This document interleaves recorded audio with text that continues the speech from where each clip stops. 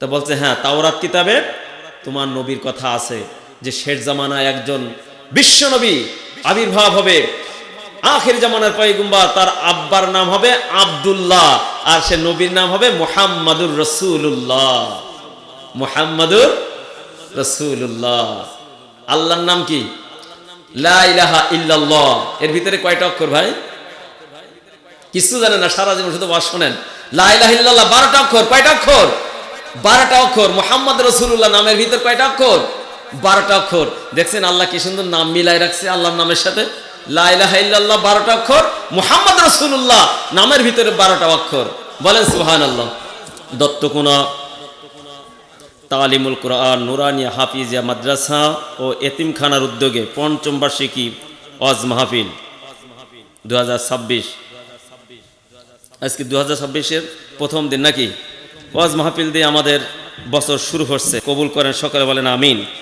আজকে প্রধান বক্তা, আজকের এই মাহফিলের প্রধান আকর্ষণ জনাব হাফেজ মাওলানা মুফতি আব্দুল্লাহ সালেহী, এবং আজকে যিনি সভাপতিত্ব করছেন, আজকে আমার সৌভাগ্য যে আমরা আজকে মাহফিলের একজন সভাপতি পেয়েছি, বিশিষ্ট আলেমে দ্বীন। এমন একটা সময় ছিল আমরা মাহফিল করে বিভিন্ন জায়গায় দেখেছি যে নামাজ নেই, কালাম নেই, দাড়ি নেই, টুপি নেই, জোর করে মাহফিলের সভাপতি। এরকম হইতো না এক সময়? সভাপতি না বানালে সে মাহফিল বন্ধ করে দেবে, এরকম দিনও আমাদের গেছে। তো যে আল্লাহ তাআলা আমাদেরকে বাক স্বাধীনতা দান করেছেন, যে আল্লাহ তাআলা আমাদেরকে সেই জগদ্দল পাথর থেকে মুক্তি দিয়েছেন, সেই আল্লাহর দরবারে শুকরিয়া জ্ঞাপন করি। সবাই পড়ি আলহামদুলিল্লাহ। আলহামদুলিল্লাহ শব্দের মূল্য কত বেশি জানেন? আদম আলাইহিস সালামকে আল্লাহ রাব্বুল আলামিন যখন আত্মা বা রূহ ঢুকালেন নাকের ভিতর দিয়ে, যখন নাকের ভিতর দিয়ে আল্লাহ রূহ বা আত্মা ঢুকালেন, তখন নাকের ভিতরে একটু বিড় বিড় করে উঠেছে। সর্বপ্রথম আদম আলাইহিস সালাম যে কথাটা বলেছিলেন, যে বাক্যটা বলেছিলেন, সেটা হলো আলহামদুলিল্লাহ। সবাই একটু মনের থেকে বলেন তো চিৎকার মেরে, আলহামদুলিল্লাহ। তাহলে আলহামদুলিল্লাহ শব্দের মূল্য আছে না ভাই? এর ভিতরে কয়টা অক্ষর? 8টা অক্ষর আছে। যে ব্যক্তি মনের থেকে একবার পড়বে আলহামদুলিল্লাহ, আল্লাহ রাব্বুল আলামিন তাকে 8টা বেহেশতের দরজা খুলে দিবেন। যদি কোনো বান্দা একবার সূরাতুল ফাতিহা তেলাওয়াত করতে পারে, আল্লাহর নবী বলে দিয়েছেন 104 খানা আসমানি কিতাব। কয়খানা আসমানি কিতাব? সবাই বলেন আসমানি কিতাব কয়খানা? 104 খানা আসমানি কিতাব একবার তেলাওয়াত করলে যে সওয়াব হয়, সমপরিমাণ সওয়াব আল্লাহ তার আমলনামায় দান করে দিবে। এজন্য আমরা মুনাজাত করার সময় বলি না সূরা ফাতিহা বলেন? কবর জিয়ারত করার সময় কি পড়ি? মুখস্থ করা লাগবে। বলেন সূরা ফাতিহা পড়লে কি সওয়াব? 104 খানা আসমানি কিতাব তেলাওয়াত করলে যে সওয়াব, সেই সওয়াব তার আমলনামায় আল্লাহ দান করবেন। এত সওয়াব এর ভিতরে। All praise is due to Allah. সকল প্রশংসা আল্লাহ তাআলার জন্য। মালিক ইয়াউমিদ্দিন, master of the day of judgement. তিনি হলেন বিচার দিনের প্রভু। All things bright and beautiful, all kisses great and small, the good Allah made them all. Is little flower that opens, is little bird that sings. He made their glowing color, he made their tiny wings. Doctor William Shakespeare এভাবে মহান আল্লাহ সুবহানাহু ওয়া তাআলার প্রশংসা জ্ঞাপন করেছেন। বলেন সুবহানাল্লাহ। এজন্য আমরা সূরা ফাতিহাটা আপনাদেরকে তেলাওয়াত করতে বলি, কারণ আর সূরা ইখলাস যদি কেউ 3 বার পড়ে, 1 খতম কোরআন শরীফ পড়ার সওয়াব আল্লাহ তার আমলনামায় দান করেন। দেখুন কুরআনুল কারীমের ভিতরে আল্লাহ এত বরকত দান করেছেন। এই পৃথিবীতে অনেক ধর্মগ্রন্থ আছে, অনেক ধর্মগুরু আছে। শ্রীকৃষ্ণ কাদের ধর্মগুরু বলেন তো ভাই? হিন্দুদের ধর্মগুরু শ্রীকৃষ্ণ। শ্রীকৃষ্ণ এই কথা বলতে পারেনি, গীতা যদি কেউ পড়ে, গীতার একটা অক্ষর যদি কেউ পড়ে 10 নেকি হবে বলেছে? শ্রীকৃষ্ণ বলেছে এরকম কথা? বলে নাই। হ্যাঁ, অনুরূপভাবে ত্রিপিটক যদি কেউ পাঠ করে, গৌতম বুদ্ধ যিনি বৌদ্ধদের ধর্মগুরু, বৌদ্ধদের ধর্মগুরুর নাম কি? গৌতম বুদ্ধ, আর তাদের ধর্মগ্রন্থের নাম হলো ত্রিপিটক। আমি আজকে ত্রিপিটক পড়তেছিলাম, পড়ার জন্য, জ্ঞান অর্জন করার জন্য সব ধর্মগ্রন্থ পড়া যাবে। ডক্টর জাকির নায়েক পড়েছেন না? দৃতে দৃহ মা মিত্রিস্য চক্ষুষা মা সর্বাণি ভূতানি সমীক্ষন্তম। হে পরমেশ্বর, আমাকে এমনভাবে দৃঢ় করো যেন সকল প্রাণী আমাকে মিত্রের চক্ষুতে দর্শন করে, আর আমিও যেন সকল প্রাণীকে মিত্রের চক্ষুতে দর্শন করতে পারি। দেখেন ধর্মের কথাগুলো ভালো না? ধর্মের কথাগুলো ভালো, কিন্তু এই ধর্ম সব বিকৃত হয়ে গেছে। অনুরূপভাবে গৌতম বুদ্ধ এই কথা বলতে পারে নাই যদি কেউ ত্রিপিটক পাঠ করে 10টা করে নেকি হবে, বলেছে? বলে নাই। গৌতম বুদ্ধ বলে নাই। অনুরূপভাবে যীশু খ্রিস্ট, যিনি নাকি খ্রিস্টানদের ধর্মগুরু, এই কথা বলতে পারে নাই যে বাইবেল পাঠ করলে তার 10টা নেকি দেওয়া হবে। কিন্তু আমাদের নবীজি বলে দিয়েছেন, মান করাআল কুরআনা হারফান ফালাহু আশরু হাসানাত। জোরে বলুন আল্লাহু আকবার। আমাদের নবীজি কি বলেছেন? যদি কেউ কোরআনের একটা অক্ষর পড়ে অথবা একটা অক্ষর শোনে, আল্লাহ রাব্বুল আলামিন তার আমলনামায় 10টা নেকি দান করে দিবেন। ভাইয়ের আমার, দেখুন, একবার নবীজির কাছে এসে সাহাবীরা বলতেছে, হুজুর, আমরা তো নিজেদের ভিতরে বিতর্ক সৃষ্টি করেছি, গোলমাল পাকিয়ে ফেলেছি, বিতর্কে জড়িয়ে পড়েছি। কি বিতর্ক? তাহলে সমাজে কার দাম বেশি, কার মূল্য বেশি? তা আমাদের ভিতরে কেউ বলেছে যে ডাক্তার ইঞ্জিনিয়ারের দাম বেশি। এই বাচ্চাই কথা বলে না, চুপ, কথা বলে না। তো আমাদের ভিতরে একজন সাহাবা বলেছেন যে যার টাকা পয়সা বেশি তার দাম বেশি। আর একজন বলেছেন যে না, যে মোড়ল মাতব্বরের দাম বেশি। আর একজন বলেছেন এমপি মন্ত্রীর দাম বেশি। আর একজন বলেছেন যে না, ও জাতিসংঘের মহাসচিব, তার দাম বেশি। তো আসলে আপনি ফয়সালা দেন, কার দাম বেশি, কার মর্যাদা বেশি, সমাজে কার দাম সব থেকে বেশি? তখন নবীজি বললেন যে তোমরা যে যা বলিছাও কারোরটা সঠিক হয়নি, সব তোমরা ভুল বলেছো। সঠিক কোনটা? খায়রুকুম মান তাআল্লামাল কুরআনা ওয়া আল্লামাহু। তোমাদের মাঝে, সমাজের মধ্যে ওই ব্যক্তির দাম সব থেকে বেশি, ওই ব্যক্তির মর্যাদা সব থেকে বেশি যে ব্যক্তি নিজে কোরআন পড়ে এবং অপরকে শিক্ষা দেয়। জোরে বলা যাবে না সুবহানাল্লাহ? নাকি হিংসা হয়? দেখেন, সম্রাট আওরঙ্গজেবের নাম শুনছেন না আপনারা? ওনার আব্বার নাম কে ছিল? সম্রাট শাহজাহান। সম্রাট শাহজাহানের 4টি পুত্র ছিল, দারা, মুরাদ, সুজা আর আওরঙ্গজেব। দারা, মুরাদ, সুজা এরা মদ পান করতো, খারাপ ছিল, কিন্তু আওরঙ্গজেব ছিল আল্লাহওয়ালা। তিনি এই ভারতীয় উপমহাদেশ 53 বছর শাসন করেছেন। চিন্তা করা যায় কত বছর? ভারতীয় উপমহাদেশ 53 বছর তিনি শাসন করেছেন। ভারতের আয়তন ছিল তখন 50 লক্ষ বর্গ মাইল, এখন 30 লক্ষ বর্গ মাইল, কম হয়ে গেছে, যেহেতু তখন এক ছিল। পাকিস্তান, বাংলাদেশ, ভারত সব এক ছিল সে সময়। তো এখন তো আমাদের বাংলাদেশের আয়তন কত? 1,47,570 বর্গ কিলোমিটার, ঠিক বলেছেন। আর সৌদি আরবের আয়তন 12 লক্ষ বর্গ মাইল। তাহলে ভারতের আয়তন কত বড় ছিল? এখানে 53 বছর তিনি শাসন করেছেন।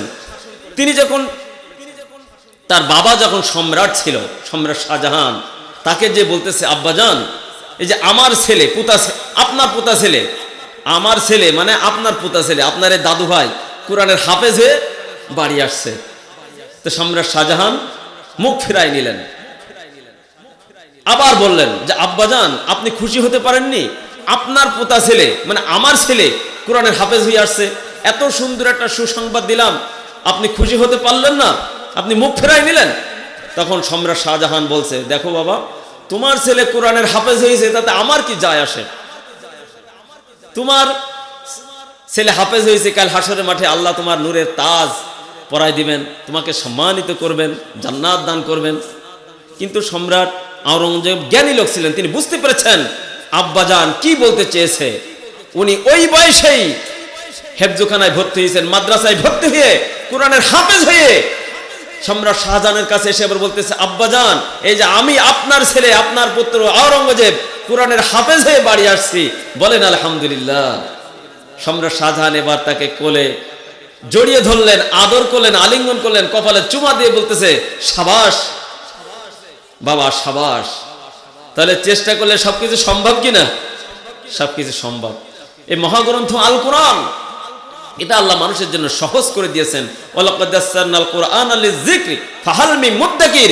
ক্লাস 2 অঙ্ক শিখতে যতটুকু সময় লাগে অতটুকু সময় লাগে না কোরআন শরীফ পড়া শিখতে। কিন্তু আমরা ধৈর্য ধরে শিখি না, মহব্বতের সাথে শিখি না, এই কারণে আমরা পড়তে পারি না। আপনি মাস্টার ডিগ্রি পাস করেছেন, কোরআন পড়তে পারেন না, আপনি মূর্খ। আল্লাহ নবীর ভাষায় আপনি কিচ্ছু জানেন না। ডক্টর মোহাম্মদ শহীদুল্লাহ বলেছেন যে কোরআন শরীফ পড়তে পারে না সে পশুর সমান। বলেন সবাই নাউজুবিল্লাহ। এই জন্য আমরা সবাই কোরআন শরীফ পড়ার জন্য চেষ্টা করব, রাজি আছি তো ইনশাআল্লাহ। দেখেন, অন্যান্য ধর্মগ্রন্থর সাথে যদি আমরা কোরআনটাকে কম্পেয়ার করি, তুলনা করি, আপনি দেখবেন যে আমাদের দেশের যে ত্রিপিটক আর চীন দেশের ত্রিপিটক ভিন্নতা আলাদা রয়েছে। আমাদের দেশের যে বাইবেল আছে ইংল্যান্ডের বাইবেলের সাথে মিল খায় না। অনুরূপভাবে আমাদের দেশে যে গীতা আছে এই গীতার সাথে আপনার ভারতের গীতার মিল নাই। কিন্তু মহাগ্রন্থ আল কোরআন আপনি যে দেশেই যাবেন, Bangladesh, Bharat, Iran, Iraq, Japan, তুরস্ক, পাকিস্তান, ফ্রান্স, বার্মা, মালয়েশিয়া, যুক্তরাষ্ট্র, যুক্তরাজ্য, হংকং, লেবানন, সব দেশেই একই অবস্থায় পেয়ে যাবেন। জোরে জোরে বলুন সুবহানাল্লাহ। এই যে কোরআন শরীফ, এটা কি আমাদের দেশে একরকম আর সৌদি আরবে আর এক রকম বলেন নাকি এক? চীন দেশে যদি যান কয় রকম? একই রকম পেয়ে যাবেন। এই কোরআনকে চ্যালেঞ্জ শুনে দিল এক বিজ্ঞানী খ্রিস্টান লেখক, ও তারা বলতেছে পৃথিবীতে এমন কোনো বই নাই, এমন কোনো গ্রন্থ নাই যার ভিতরে কোনো ভুল নাই। মানুষ যখন কোনো কিতাব লেখে তখন এই কথা বলে এর ভিতরে ভুল থাকতে পারে। ভুল নেই এরকম কথা কেউ বলতে পারে? ভাই, কেউ বলতে পারে না যে এর ভিতরে ভুল থাকতে পারে। যদি কোনো পাঠক ভুল ধরে দিতে পারে, পরবর্তী সংস্করণে এটা সংশোধন করে নেওয়া হবে। তো কোরআনটা দেখেন আল্লাহ শুরু করছেন কি দিয়ে? যালিকাল কিতাবু লা রাইবা ফীহ। পড়েন আমার সাথে সবাই, যালিকাল কিতাবু লা রাইবা ফীহ। খ্রিস্টান লেখক, পণ্ডিত, বিজ্ঞানী তারা এটাকে চ্যালেঞ্জ শুনে দিল যে না না না, এটা কোশ্চিন কালেও হতে পারে না। এত বড় গ্রন্থ, এত বড় কোরআন, যে কোরআনে ৬৬৬৬টি আয়াত আছে, এই কোরআনের ভিতরে ভুল না, এটা আমরা বিশ্বাস করি না, এটা আমরা মানতে পারি না। সব কিছুর ভিতরে ভুল আছে। কিভাবে আল্লাহ বলেন কোরআনে ভুল নাই? কিভাবে মুসলমানেরা দাবি করে ভুল নাই? কোরআন নিজেই কিভাবে নিজেকে সার্টিফাই করে এর ভিতরে কোনো ভুল নাই? আমরা ভুল ধরেই ছাড়বো। কোরআনের ভিতরে ভুল নেই মানে আমরা ভুল ধরেই ছাড়বো। সেই সময় তারা এই কোরআনটাকে সুপার কম্পিউটারের ভিতরে ঢুকাই দিল। কি কম্পিউটার?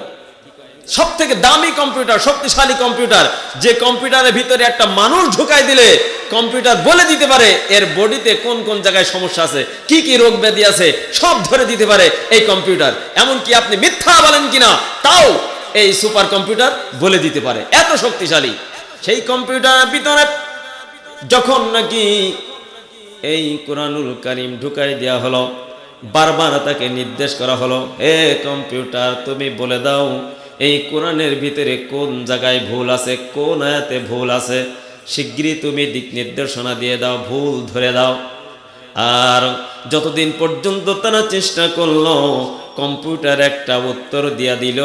সেই উত্তরটা হলো গ্রিন সিগন্যাল দিয়ে দিল, there is no doubt in the holy Quran, there is no doubt in the holy Quran, there is no doubt in the holy কোরআন।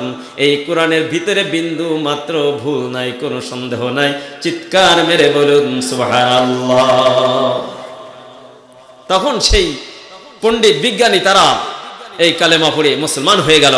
বলেন সুবহানাল্লাহ। قُلْ لَوْ كَانَ الْبَحْرُ مِدَادًا لِكَلِمَاتِ رَبِّي لنفد البحر قبل أن تنفد كلمات ربي ولو جئنا بمثله مددا جرب الله أكبر মহান আল্লাহ সুবহানাহু ওয়া তাআলা বলে দিলেন, ও আমার বান্দারা শুনে রাখো, ও আমার বান্দিরা শুনে রাখো, ভালো করে মন দিয়ে শুনে রাখো।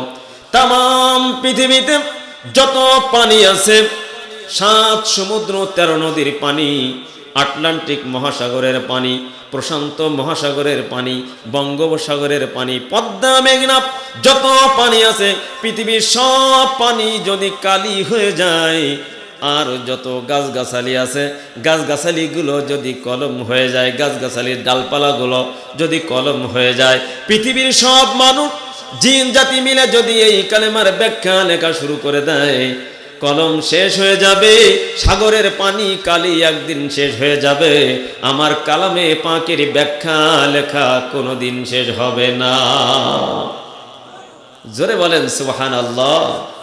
কত দামি, কত মর্যাদা সম্পন্ন এই কোরআন। সবাই একটু জিকির করেন লা ইলাহা ইল্লাল্লাহ। যখন কোনো তালবেলেন কবরের পাশ দিয়ে গমন করে, রাস্তা দিয়ে গমন করে, আল্লাহ রাব্বুল আলামিন ওই কবরস্থানের গোর আযাব 40 দিন পর্যন্ত মাফ করে দিয়ে থাকেন। বলেন সুবহানাল্লাহ। সবাই একটু জিকির করেন লা ইলাহা ইল্লাল্লাহ সুবহানাল্লাহ আলহামদুলিল্লাহ ওয়া লা ইলাহা। এখন তো আমাদের কোরআনের কথা শুনতে ভালো লাগে না, ভালো লাগে শুধু গান শুনতে আর টেলিভিশন দেখতে, ঠিক না? হ্যাঁ, আজকে বারবার আহ্বান করা হচ্ছে, কিন্তু আমরা এটাকে গুরুত্ব দিচ্ছি না। কাল হাসরের মাঠে আল্লাহ প্রশ্ন করবেন, ওগো বান্দা, তোমার পাশেই কোরআনের আলোচনা হচ্ছিল, আর তুমি চায়ের স্টলে, বাদামের দোকানে, পাপড় ভাজার দোকানে তুমি আড্ডা দিচ্ছিলে, আজকে তোমাকে কে রক্ষা করবে? সেদিন আল্লাহর কাছ থেকে আপনি রেহাই পাবেন না। আল্লাহর কাছে আমাদের প্রত্যেকের ফিরে যাওয়া লাগবে নাকি লাগবে না বলেন? কবরে যখন লাশ রাখা হয় তখন একটা দোয়া পড়া হয়, সেই দোয়াটা কি বলেন তো? বিসমিল্লাহি ওয়া আলা মিল্লাতি রাসূলিল্লাহ। মিল্লাত মানে কি ভাই? দল। আলেমরা রয়েছেন না আমার পাশে? মিল্লাত মানে কি দল হুজুর? মিল্লাত মানে দল। কবরে লাশটা যখন রাখা হচ্ছে তখন পড়া হচ্ছে বিসমিল্লাহি ওয়া আলা মিল্লাতি রাসূলিল্লাহ। তার মানে কি? রাসূলের দলে, আল্লাহর নামে রাসূলের দলে রেখে গেলাম। এখন আমি সারা জীবন আল্লাহর দলের বিরোধিতা করেছি, রাসূলের দলের বিরোধিতা করেছি, এই মরা লাশ কি নবীজি কবরে গ্রহণ করবে বলেন? কবরে গ্রহণ করবে না। এজন্য সূরা বনী ইসরাঈলের ৭১ নম্বর আয়াতে আল্লাহ বলছেন, ইয়াউমা নাদউ কুল্লা উনাসিম বিইমামিহিম। হাসরের মাঠে আল্লাহ রাব্বুল আলামিন কোন দলকে একাকী ডাকবেন না, নেতা শুদ্ধ আহ্বান করবেন। যখন হাসরের মাঠে আল্লাহ আপনাকে আমাকে ডাকবেন, তখন কি করবেন? নেতা শুদ্ধ, কোন দল একাকা ডাকবেন না, নেতা শুদ্ধ আহ্বান করবেন। তুমি কোন নেতার পিছনে ছিলে, কোন দলের পিছনে ছিলে, এভাবেই আল্লাহ আপনাকে কাল হাসরের মাঠে হাজির করবেন। আল-ইয়াউমা নাখতিমু আলা আফওয়াহিহিম ওয়া তুকাল্লিমুনা আইদিহিম ওয়া তাশহাদু আরজুলুহুম বিমা কানু ইয়াকসিবুন। জোরে বলুন আল্লাহু আকবার। হাসরের মাঠে আল্লাহ আপনাকে আমাকে বলবেন, ইকরা কিতাবাকা কাফা বিনাফসিকা আল-ইয়াওমা আলাইকা হাসিবা। পড়ো তোমার আমলনামা, তুমি সারা জীবন যা কিছু করেছো সব এখানে লিপিবদ্ধ রয়েছে। আমরা যা কিছু করি সব কিছু রেকর্ড হয় নাকি হয় না? সব অডিও ভিডিও হয়ে যাচ্ছে। আমাদের দুই কাঁধে দুইজন সম্মানিত ফেরেশতা আছেন, নাম কি? মুনকার নাকির? না, মুনকার নাকির তো প্রশ্ন করবে কবরে। দুইজন ফেরেশতা আছেন, তাদের নাম কি? কিরামান কাতিবিন। এরা সব অডিও ভিডিও করে নিচ্ছে। হাসরের মাঠে আল্লাহ আপনাকে বলবেন, ইকরা কিতাবাকা কাফা বিনাফসিকা আল-ইয়াওমা আলাইকা হাসিবা। পড়ো তোমার আমলনামা, তুমি সারা জীবন যা কিছু করেছো সব এখানে লিপিবদ্ধ রয়েছে। তখন আপনি এই কিতাব দেখে বলবেন, লিহাজাল কিতাব, কি আশ্চর্য কিতাব, দুনিয়ায় আমি ছোট্ট একটা নেকির কাজ করেছি, আমার খেয়াল নেই এখানে লেখা রয়েছে। দুনিয়ায় ছোট্ট একটা গুনার কাজ করেছি, তাও এখানে লেখা রয়েছে। হ্যাঁ, এরকম ভাবে সেদিন আপনি কি করবেন? আপনার আমলনামা অস্বীকার করবেন। যারা পাপিষ্ঠ তারা তাদের আমলনামাকে অস্বীকার করবে, বলবে আল্লাহ আমি তো দুনিয়ায় চেয়ারম্যান মেম্বার ছিলাম না, আমার আমলনামায় গম চোরের কথা লেখা রয়েছে, আমার আমলনামায় রড চোরের কথা লেখা রয়েছে, আমি তো চেয়ারম্যান মেম্বার ছিলাম না। মহান আল্লাহ সুবহানাহু ওয়া তাআলা সেদিন আপনার আমার জবান বন্ধ করে দিবেন। বিশ্বাস হয়? জবান বন্ধ করতে পারবেন আল্লাহ? মুখ দেওয়ার সেদিন কথা বলতে পারবেন না। দুনিয়া দেখবেন অনেক ভালো মানুষ আছে, কথা বলতে পারে না, দেখা যায় ভালো, কথা বলতে পারে না।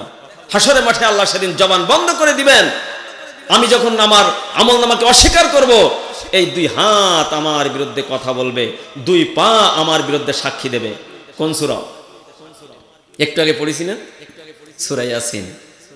আল-ইয়াউমা নাখতিমু আলা আফওয়াহিহিম ওয়া তুকাল্লিমুনা আইদিহিম ওয়া তাশহাদু আরজুলুহুম বিমা কানু ইয়াকসিবুন। জোরে বল আল্লাহু আকবার। ছোট্ট মেমোরি কার্ড যদি কথা বলতে পারে, তাহলে দুই হাত কথা বলতে পারবে না ভাই? অবশ্যই কথা বলতে পারবে। হাসরের মাঠে আমার বিরুদ্ধে সেদিন সাক্ষী দেবে। আজকে আপনি যে নেতার পিছনে আছেন, সেই নেতা যদি অন্যায় করে, রড চুরি করে, তার একটা অংশ আপনার আমলনামায় ফ্লেক্সি লোড হয়ে জমা হবে, আপনি হাসরের মাঠে এটা পাবেন। বলেন নাউজুবিল্লাহ। আর আপনি যে নেতার পিছনে থাকছেন, সেই নেতা যদি ভালো কাজ করে, কিছু সব আপনার আমলনামায় পৌঁছাবে। বলেন সুবহানাল্লাহ। মৃত্যুর পরে আমরা মনে করি আমরা মনে হয় কবরে শুয়ে থাকি। আসলে আমরা কোথায় থাকি বলেন তো? মৃত্যুর পরে কি কবরে শুয়ে থাকি? কোথায় থাকি বলেন? ইল্লিজ্জিন এবং সিজ্জিন। কাল্লা ইন্না কিতাবাল আবরার লাফি ইল্লিজ্জিন, কোরআনের আয়াত। এখন এই সিজ্জিনটা কোথায়, ইল্লিজ্জিনটা কোথায়, এটা আমাদের একটু জানার দরকার আছে না? মৃত্যুর পরে আমরা কোথায় থাকি? দেখুন, সিজ্জিন হলো সেই জায়গা, আমরা যে দুনিয়াটা দেখি, এই দুনিয়ার নিচেই আরো এরকম দুনিয়া আছে 6টা। 7 জমিন 7 আসমান, শোনেননি আপনারা? 7 আসমান জমিন আল্লাহ তৈরি করেছেন। আল্লাযী খালাকা সাবআ সামাওয়াতিন তিবাকা। 7 আসমান আল্লাহ তৈরি করেছেন আর 7 জমিন। এই দুনিয়া যা আমরা দেখি, এর নিচে আরো এরকম দুনিয়া আছে 6টা। তো তারও তলদেশে এই 7 জমিনের নিচেই ছোট্ট একটা জায়গা আছে, সংকীর্ণ জায়গা, দুর্গন্ধ জায়গা, কষ্টের জায়গা। সেইখানে আল্লাহ পাপিষ্ঠ আত্মাদের রাখেন। যারা পাপিষ্ঠ, গুনাহগার, কাফের, বেঈমান, মুশরিক, মুনাফিক, তাদের আত্মা ওইখানে আল্লাহ বন্দী করে রাখেন। তারা অনেক কষ্টের ভিতরে থাকে। বলেন নাউজুবিল্লাহ। পক্ষান্তরে যারা নাকি পুণ্যবান মুমিন মুসলমান, যারা নাকি শহীদ হয়েছে আল্লাহর জমিনে, তাদের আত্মা আল্লাহ কোথায় রাখেন ভালো করে খেয়াল করেন। 7 আসমানের উপরে। এই যে আমরা প্রথম আসমানটা দেখি, এখনো পর্যন্ত বিজ্ঞানীরা নিরূপণ করতে পারেনি জমিন থেকে আসমানের দূরত্ব কত। সূর্যের কথা বলেছে তারা, এটা 9,30,00,000 মাইল দূরে অবস্থান করে, পৃথিবী থেকে 13 লক্ষ গুণ বড়। কিন্তু আসমান কত উপরে এটা বলতে পারে না। অনুরূপভাবে প্রথম আসমান থেকে দ্বিতীয় আসমানের দূরত্ব, এই যে দূরত্ব দেখি তার দ্বিগুণ। আর দ্বিতীয় আসমান থেকে তৃতীয় আসমান আরো ডবল দূরত্ব। তাহলে সপ্তম আসমান কত দূরে অনুমান করা যায় ভাই? কত উপরে আল্লাহ তৈরি করেছেন। হ্যাঁ, সেই সপ্তম আসমানের উপরে আছে আরশে আজিম। আল্লাহ কোথায় থাকেন বলেন তো? আরশে আজিমে। অনেকে বলে সব জায়গায় না, আল্লাহ সেখান থেকে সবকিছু দেখেন, সবকিছু অবলোকন করেন। আর রহমান ওয়া আলাল আরশি ইস্তাওয়া, আল্লাহ আছেন আরশে আজিমে।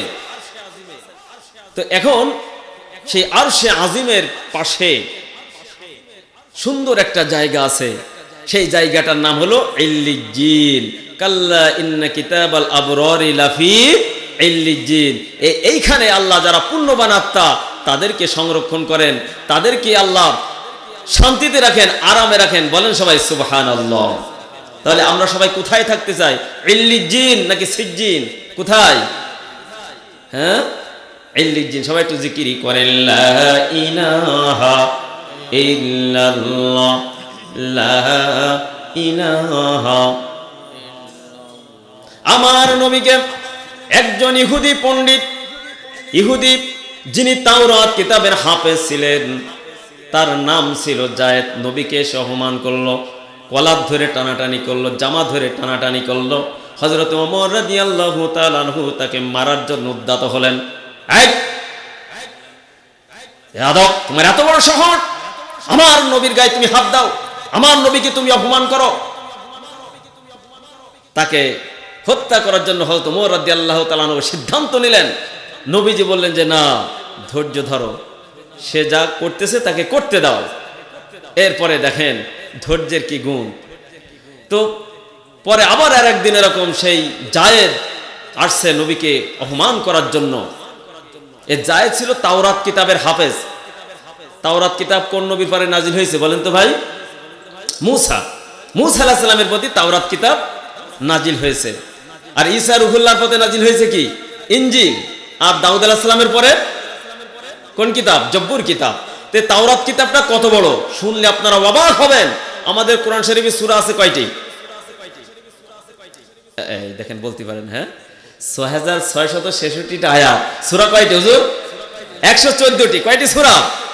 114টি সূরা আছে।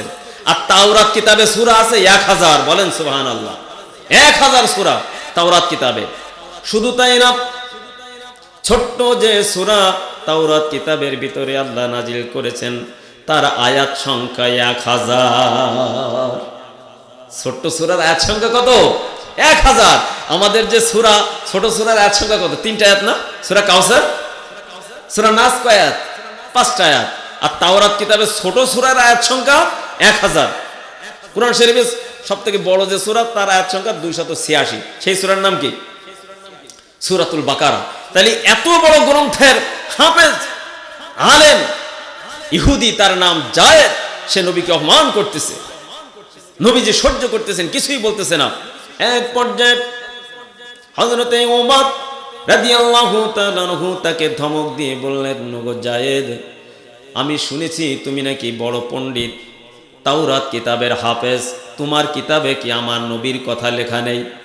তাওরাত কিতাবে আমার নবীজির কথা লেখা নেই, তুমি নবীজিকে অপমান করতেছো, তোমার সাহসটা কি? তা বলছে হ্যাঁ, তাওরাত কিতাবে তোমার নবীর কথা আছে যে শেষ জামানায় একজন বিশ্ব নবী আবির্ভাব হবে, আখির জামানার পয়গম্বর, তার আব্বার নাম হবে আব্দুল্লাহ, আর সে নবীর নাম হবে মুহাম্মাদুর রাসূলুল্লাহ। মুহাম্মাদুর রাসূলুল্লাহ। আল্লাহর নাম কি? লা ইলাহা ইল্লাল্লাহ। এর ভিতরে কয়টা অক্ষর ভাই? কিছু জানেন না, সারা জীবন শুধু ওয়াজ শোনেন।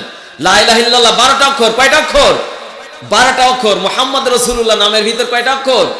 12টা অক্ষর। দেখছেন আল্লাহ কি সুন্দর নাম মিলাই রাখছে আল্লাহর নামের সাথে। লা ইলাহা ইল্লাল্লাহ 12টা অক্ষর, মুহাম্মদ রাসূলুল্লাহ নামের ভিতরে 12টা অক্ষর। বলেন সুবহানাল্লাহ। আল্লাহর নাম রব্বুল আলামিন, আর নবীজির নাম হলো রাহমাতাল লিল আলামিন। বন্ধুর নামের সাথে নাম কি সুন্দর করে মিলাই রাখছে। তো যাই হোক, জায়েদ বলছে যে তোমার নবীর কথা আমার কিতাবে লেখা রয়েছে, তার পিতার নাম হবে আব্দুল্লাহ, তার নাম হবে মুহাম্মদ। তো তুমি তাহলে অপমান করলে কেন? বলছে আমি তার ধৈর্যের পরীক্ষা নিচ্ছি। আমার কিতাবের ভিতরে আছে যে সেই নবীর ধৈর্য হবে পাহাড়ের মতো, সেই নবীর ধৈর্য হবে সাগরের মতো। আমি দেখছি, আমি তাকে অপমান অপদস্থ করছি, সে আমাকে কিছু বলে কিনা। তো বলছে তুমি কি প্রমাণ পেয়েছো? তো বলছে আমি প্রমাণ পেয়েছি এই নবীর ধৈর্য অসীম, পাহাড়ের মতো। অতএব আমি অন্যায় করেছি, ভুল করেছি, আমাকে কলেমা পড়াই মুসলমান করে দেন। বলেন সুবহানাল্লাহ। তাহলে সকল কাজে ধৈর্য ধরতে হবে কিনা? ধৈর্য ধরতে সবাই রাজি আছি তো? ইন্নাল্লাহা মা'আস সাবিরিন। আল্লাহ বলছেন আমি আল্লাহ ধৈর্যশীলদের সাথে থাকি। আল্লাহ কিন্তু এই কথা বলেননি ইন্নাল্লাহা মা'আস সালাত, যে ব্যক্তি নামাজ পড়ে আমি তার সাথে থাকি। ইন্নাল্লাহা মা'আজ যাকাত, যে যাকাত দেয় আমি তার সাথে থাকি। আল্লাহ কিন্তু এই কথা বলেনি যে রোজা রাখে আমি তার সাথে থাকি, বরং যে ধৈর্যশীল তার সাথে আমি আল্লাহ থাকি। বলেন সুবহানাল্লাহ। তাহলে সব ব্যাপারে আমরা ধৈর্য ধরতে পারবো না? এই যে ভোট আসতেছে, মারামারি করবেন আপনারা? গন্ডগোল করা যাবে? যার যে খুশি যেখানে পছন্দ সেখানে আপনি ভোট দিবেন, দেখবেন আল্লাহ রাজি খুশি হচ্ছে কিনা। এই ভোটের এখানে আল্লাহর ফয়সালা আছে না? আল্লাহর বিধান আছে কিনা? দুনিয়ার ভিতরে সব থেকে খারাপ জায়গায় কোনটা বলেন তো ভাই? একটা প্রশ্ন করি আপনাদের কাছে, বলেন রবুল ভাই, বলেন সব থেকে খারাপ জায়গায় কোনটা? হ্যাঁ, বাজার। আচ্ছা বাজার যে সবচেয়ে খারাপ জায়গা, এটা হাদিসে আছে, আপনারা সঠিক বলেছেন। আচ্ছা এর থেকে খারাপ জায়গায় কোনটা বলেন তো? চার দোকান। এই রবিউল ভাই যা বলেছে এটাও সঠিক। এই চার দোকান জাতিকে ধ্বংস করে দিবেন। আপনি চা খান কিন্তু রাত 2টা 1টা পর্যন্ত সেখানে যে আড্ডা দেন, তাস খেলেন, গাঁজা খান, এতে আপনার সময় অপচয় হচ্ছে। এ থেকে জাতিকে হেফাজত করেন, বলেন আমিন। এখন এই চার দোকানের থেকেও নিকৃষ্ট জায়গা আছে, এবার বলেন দেখি। হ্যাঁ, বাথরুম, তাই না ভাই? বাথরুমের থেকে নিকৃষ্ট জায়গা আছে? হ্যাঁ, এখানে কি কোরআন তেলাওয়াত করা যাবে? জিকির করা যাবে? বাথরুমে নামাজ পড়া যাবে? যাবে না। তাহলে বাথরুম নিকৃষ্ট জায়গা, এখানে কোরআন তেলাওয়াত করা যাবে না, নামাজ পড়া যাবে না, জিকির করা যাবে না, কিন্তু ওইখানেও আল্লাহর বিধান চলে নাকি চলে না? ওইখানেও আল্লাহর হুকুম। আপনি কিভাবে ঢুকবেন, কোন পা আগে ঢুকবেন, কোন পা বাইরে আগে নিয়ে আসবেন, কি দোয়া পড়ে ঢুকবেন, কাপড় কতটুকু উঁচু করতে হবে, একদম উলাঙ্গ হয়ে বসতে পারবেন না, হাঁটুর উপরে কাপড় উঠানো যাবে না। তাহলে সেই বাথরুমের ভিতরেও আল্লাহর বিধান আছে, আল্লাহর হুকুম আছে, ঠিক কিনা বলেন? এক আসরের নামাজ 3 বার পড়ে, উযু থাক আর না থাক আল্লাহু আকবার, ঠিক কিনা? একজনের বাড়ি যে বলতেছে, ভাই চলেন দিন আপনার আব্বার কবরটা জিয়ারত করে আসি। তা কসে মানে ভোট চাইতে গেছে তো মাথা খারাপ হয়ে গেছে। তা কসে আপনি আমার আব্বার কবর জিয়ারত করবেন, মানে আমার আব্বা তো এখনো মরেনি। তার মানে ভোট যখন চায় তখন তার কি হয়ে যায়, মাথা আর ঠিক থাকে না। যা হোক, এখন নির্বাচন আসছে সামনে, আমরা ভাই ভাই সবাই আমরা কি করব, মিলেমিশে থাকবো। আর আল্লাহ রাজি খুশি আছে কিনা আমরা সেদিকে সবাই খেয়াল করবো। সবাই রাজি আছি তো ইনশাল্লাহ? সবাই একটু জিকির করেন, লা ইলাহা লা ইলাহা ইল্লাল্লাহ সুবহানাল্লাহ আলহামদুলিল্লাহ ওয়ালা ইলাহা ইল্লাল্লাহ সুবহানাল্লাহ আলহামদুলিল্লাহ। যে কথা বলতেছিলাম, এই কোরআনের মর্যাদা, কোরআনের সম্মান কত বেশি। রাত দিন 24 ঘন্টা বয়ান করলেও এর মর্যাদার সম্মান বয়ান শেষ করা যাবে না। দেখুন, কাবার চত্বরে কবিতা প্রতিযোগিতা হচ্ছে, কাবার চত্বরে কবিতা প্রতিযোগিতা হচ্ছে। বিদেশ থেকে বড় বড় কবি, ডক্টর উইলিয়াম শেক্সপিয়ারের মতো বড় কবি, তারপরে হাফিজ ইব্রাহিম, ইমরুল কায়েস, কবি নজরুল, কবি রবীন্দ্রনাথ ঠাকুর, এর থেকে বড় বড় কবিরা সেই জামানায় তারা সবাই আসছে কাবার চত্বরে। কবিতা প্রতিযোগিতা হচ্ছে, যার কবিতা সব থেকে ভালো হবে, সুন্দর হবে, সাবলীল হবে, ছন্দময় হবে, তার কবিতাটা কাবা শরীফে লটকাই দেওয়া হবে আর তাকে মেডেল পুরস্কার দেওয়া হবে। তার সুনাম সারা পৃথিবীতে ছড়িয়ে পড়বে। একটা বিশাল ভিআইপি অনুষ্ঠান এরকম সেখানে অনুষ্ঠিত হচ্ছে। তো এখন সে সময় কাবা শরীফের সভাপতি ছিল আবু জাহেল। কাবা শরীফের সভাপতি কে ছিল? আবু জাহেল সভাপতি ছিল। তো এখন আবু জাহেল এই প্রতিযোগিতার আয়োজন করেছে। প্রত্যেক বছর এই প্রতিযোগিতাটা হয়। তো বিদেশ থেকে বড় বড় পণ্ডিত, কবি, সাহিত্যিকরা এসে বলতেছে, সভাপতি সাহেব, আমরা আব্দুল্লাহর বেটা মুহাম্মাদের নাম বিদেশ থেকে শুনেছি, তিনি নাকি সুন্দর সুন্দর কবিতা লেখেন, সুন্দর সুন্দর সাহিত্য রচনা করেন, তো আজকে তাকে এখানে দাওয়াত দেওয়া হয়নি কেন, তাকে উপস্থিত দেখছি না কেন? তখন আবু জাহেল বলতেছে, সে তো লেখাপড়া জানে না, মূর্খ, গরিব মানুষ, এটা ভিআইপি অনুষ্ঠান, এখানে কি তাকে দাওয়াত দেওয়া যায়? কে বলতেছে এই কথা? আবু জাহেল বলতেছে, এখানে কি তাকে দাওয়াত দেওয়া যায়? এখন বিদেশি কবিরা বলতেছে যে না, তাকে আপনারা দাওয়াত দেন, যেহেতু আমরা তার নাম শুনেছি, আমরা তাকে একটু দেখতে চাই। যেমন হজের মৌসুমে আবু জাহেল একবার বলল যে তোমরা হজ করতে আসছো বিদেশ থেকে, এই পাশ থেকে হজ করে সবাই বাড়ি চলে যাও, খবরদার কাবা শরীফের ওই পাশে একটা পাগল বসে আছে, ওই পাগলের কাছে যেন কেউ যাবে না। এখন পাগল দেখার একটা আগ্রহ কিন্তু মানুষই সবসময় থাকে না? এখানে যদি একজন পাগল আসে, তা আপনারা তাকে দেখবেন নাকি দেখবেন না? তাকায় দেখবেন না? তো হজের কাজ সমাধা করে সে সময় হজ হতো উলাঙ্গ অবস্থায়, বলে নাউজুবিল্লাহ, নারী পুরুষ উলাঙ্গ অবস্থায় হজ করতো। আবু জাহেল উলাঙ্গ অবস্থায় কাবা শরীফ তওয়াফ করতো, ওটাই তারা নেকি মনে করতো, বলে নাউজুবিল্লাহ। তো এখন আবু জাহেল বলতেছে, ওই পাগলের কাছে তোমরা যাবা না, বিদেশ থেকে আইসাও, এক পাশে হজ করে চলে যাবা। মানে হজের কার্য সমাধা করে বলতেছে, লাস্টে পাগলটা দেখে যায়, যে দেখে যে সুন্দর একটা মানুষ সুন্দর এলাহানে কোরআন তেলাওয়াত করতেছেন। তহা মা আনজালনা আলাইকাল কুরআনা লিতাশকা। এত সুন্দর চেহারা, এত সুন্দর মানুষ কোনোদিন পাগল হতে পারে না। আমরা পাগল দেখেছি, মাথার চুল থাকে এলোমেলো, পরনের কাপড় ঠিক থাকে না। এত সুন্দর তেলাওয়াত যা শুনলে কলিজাটা ঠান্ডা হয়ে যায়, মানুষ হিদায়াতের রাস্তা পেয়ে যায়। আমরা বিশ্বাস করি না এই ব্যক্তি পাগল হতে পারে। অবশ্যই তুমি আল্লাহর নবী, আমাদের কালেমা পড়াইয়ে মুসলমান করে দে। মানুষকে থামানো যায় বলেন? সাইদি সাহেবের জানাজা মানুষ পড়তে দেয়নি, সে কি পৌঁছে গেছে নাকি দাম আরো বেড়েছে? বলেন, সম্মান বেড়েছে না? সম্মান বেড়েছে। বরং যারা এই দেশটাকে ইসলাম শূন্য করতে চাইছিল, ইসলাম থাকবে না, মৌলানা থাকবে না, মসজিদ মাদ্রাসা থাকবে না, তারা এই দেশ থেকে বিতাড়িত হয়েছে, ঠিক কিনা? এই দেশ খান জাহান আলীর দেশ, শাহজালাল রহমতুল্লাহ আলাইহির দেশ, শাহপরান রহমতুল্লাহ আলাইহির দেশ, মসজিদ মাদ্রাসার দেশ, দাড়ি টুপি পাঞ্জাবি পায়জামা এ দেশে থাকবে। তোমার যদি ভালো লাগে ভালো কথা, যদি ভালো না লাগে সোজা কথা, বর্ডার ক্রস করে অন্য দেশে চলে যাও। জোরে বলেন ঠিক কিনা? আদালতের রায় হয়েছে না যে ওই দেশ থেকে ধরে নিয়ে এসে ফাঁসি দেবে। আমি বলতেছি আমাদের এই পবিত্র মাটিতে ওই মানুষ, নাপাক মানুষ আর আনার দরকার নেই, ঠিক কিনা? ওই দেশেই মরিয়ে যাক, ওইখানে শাল করতে টানাটানি করুক, অথবা শ্মশানে জ্বালাই পোড়াই ছাই করে দিক, ঠিক কিনা? যা হোক, যে কথা বলতেছিলাম, তো আবু জাহেল বলতেছে যে সে তো পাগল মানুষ, তাকে এই ভিআইপি অনুষ্ঠানে দাওয়াত দেওয়া যাবে না। এখানে নামি দামি কবিরা উপস্থিত হয়েছে, তো সবাই বলতেছে যে না, আপনি তাকে দাওয়াত দেন। এখন সবাই মিলে যদি একটা কথা বলে, সভাপতি মানবে কিনা? আমাদের সভাপতি সাহেব, যতই উনি সভাপতি, আপনারা সবাই মিলে একটা অনুরোধ করলে উনার রাখতে হবে না? রাখতে হবে। তা আবু জাহেল কি করলো? ছোট্ট একটা চিরকুট, একটা পত্র লিখে, একটা চিঠি লিখে পাঠাই দিল। একটা চিঠি লিখে পাঠাই দিল পিয়নের কাছে, যাও জলদি চলে যাও, নবীজির কাছে নিয়ে চলে যাও। নবীজি চিঠিখান পাওয়া মাত্রই ওই অনুষ্ঠানে হাজির হয়ে গেল। ভাইরা আমার, খেয়াল করে শোনেন, মনোযোগ সহকারে শোনেন, নাইতে বুঝতে পারবেন না। নবীজি চিঠি পাওয়া মাত্রই অনুষ্ঠানে হাজির হয়ে গেল।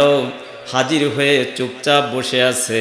এমন সময় বিদেশি পণ্ডিত কবি সাহিত্যিকরা বলতেছে, তোমার নাম আমরা বিদেশে বসে বসে শুনেছি, তুমি নাকি সুন্দর সুন্দর কবিতা রচনা করো, এখন তুমি বসে রইলা কেন? সুন্দর একটা কবিতা লিখে দেখাও। নবীজি বললেন, ওগো ভাই সাহেবরা, আমি তো লেখাপড়া জানি না, আমি কবিতা লিখতে পারি না, আমি সাহিত্য রচনা করতে পারি না। এবার সবাই বলতেছে, তাহলে তুমি কিরকম কবি, তুমি কিরকম আল্লাহর নবী, বিশ্ব নবী, যে তুমি একটা কবিতা লিখতে পারো না? সাথে সাথে আমার আল্লাহ রব্বুল আলামিনের কাছে ফরিয়াদ করলেন। নবীজি বললেন, আল্লাহ রব্বুল আলামিন, আজকে এই দামি ভিআইপি অনুষ্ঠান, যেখানে বিদেশের বড় বড় কবিরা উপস্থিত হয়েছে, সুন্দর সুন্দর কবিতা লিখেছে, আমি তো কিছুই লিখতে পারি না, লেখাপড়া জানি না, আমি তো কবিতা লিখতে পারি না, আল্লাহ তুমি আমাকে বেইজ্জতি করো না। সাথে সাথে আল্লাহ রাব্বুল আলামিন সূরা কাউসার নাজিল করে দিলেন, ইন্না আ'তাইনাকাল কাউসার। পড়েন আমার সাথে, মুখস্থ আছে না? সূরা কাউসার বলেন, ইন্না আ'তাইনাকাল কাউসার ফাসাল্লি লিরাব্বিকা ওয়ানহার ইন্না শানিআকা হুয়াল আবতার। আল্লাহ যখন এই সূরা নাজিল করলেন, যে একটার আয়াতের সাথে আরেকটা আয়াতের কি সুন্দর মিল দেখছেন? প্রত্যেক আয়াতের শেষে র আছে না? হ্যাঁ, ইন্না আ'তাইনাকাল কাউসার ফাসাল্লি লিরাব্বিকা ওয়ানহার ইন্না শানিআকা হুয়াল আবতার। সাথে সাথে সেই পণ্ডিত কবি সাহিত্যিক তারা বলল, ওই আয়াতের সাথে মিল করে, লাইসা হাযা কালামুল বাশার, এটা কোনো মানুষের রচনা করতে পারে না, অবশ্যই এটা আল্লাহ প্রদত্ত কালাম। আমরা এই কবিতার কাছে সারেন্ডার করলাম, অবশ্যই আপনি বিশ্ব নবী মুহাম্মদ রাসূলুল্লাহ, আপনি আমাদের কলেমা পড়াই মুসলমান করে দেন। দেখেন সম্মান দেওয়ার মালিক কে? চিৎকার মেরে বলুন, সম্মান দেওয়ার মালিক কে? আল্লাহ। সেই কবিতাটা সেখানে সারা হয়ে গেল। ফার্স্ট হয়ে গেল প্রতিযোগিতায়। আমরা যে মহাকবি মাইকেল মধুসূদন দত্তের কবিতা পড়ি না, হে বঙ্গভাণ্ডারে তব বিবিধ রতন, তা সবে অবোধ আমি অবহেলা করি, পরধনে লবে মত্ত করিন ভ্রমণ, আছে না, চতুর্দশপদী কবিতা না, সনেট বলে। একটার সাথে আর একটা মিল আছে, প্রত্যেকটা আয়াতে প্রত্যেকটা লাইনে 14টা করে অক্ষর আছে। দুর্গমগিরি কান্তার মরুদুস্থর পরাবার, লঙ্ঘিতে হবে রাত্রি নিশীতে যাত্রীরা হুঁশিয়ার, দুলিতেছে তরি ফুলিতেছে জল, ভুলিতেছে মাঝি পথ, ছিড়িয়াছে পাল কে ধরিবে হাল, আছে কার হিম্মত, কি আসো জুয়ান ও আগুয়ান। কে লিখেছেন? কবি নজরুল ইসলাম লিখেছেন। তো এইসব কবিতার তুলনায় আমাদের যে সূরা আছে কোরআনের ভিতরে, এর দাম কম না বেশি? ওর তুলনায় এইসব কিচ্ছু না, এসব ছনেট, কোনো তুলনা করা যাবে না কোরআনের আয়াতের সাথে। এগুলো অবিনশ্বর, চিরন্তন, শাশ্বত। চিৎকার মেরে বলুন সুবহানাল্লাহ। কোরআনের পিছনে যারাই লাগবে তারাই ধ্বংস হয়ে যাবে, কারণ কোরআনের সুইচ, কোরআনের রিমোট কার কাছে? সবাই আঙ্গুল উঁচু করে বলেন, কোরআনের সুইচ কার কাছে? আল্লাহর কাছে। এই জন্য কোরআনের পিছনে যারাই লাগবে তারাই বিতাড়িত হবে, তারাই ধ্বংস হয়ে যাবে। সবাই একটু জিকিরি করেন লা ইলাহা, জোরে বলেন লা ইলাহা ইল্লাল্লাহ। জবান ছেড়ে দিয়ে সবাই বলেন। এই মজলিসে যদি আপনি কলেমা পড়তে না পারেন, তাহলে যখন বাজার ঘাটে থাকবেন, রান্নাঘরে থাকবেন, তখন তো মুখ দিয়ে মোটেই আসবে না। হ্যাঁ, যারা সব সময় কলেমা তৈবা পড়বে, মৃত্যুর সময় তাদের কলেমা তৈবা নসিব হয়ে যাবে, মৃত্যুর পরেই আল্লাহ তাদের জান্নাত দান করবেন। সবাই বলে লা ইলাহা ইল্লাল্লাহ সুবহানাল্লাহ আলহামদুলিল্লাহ।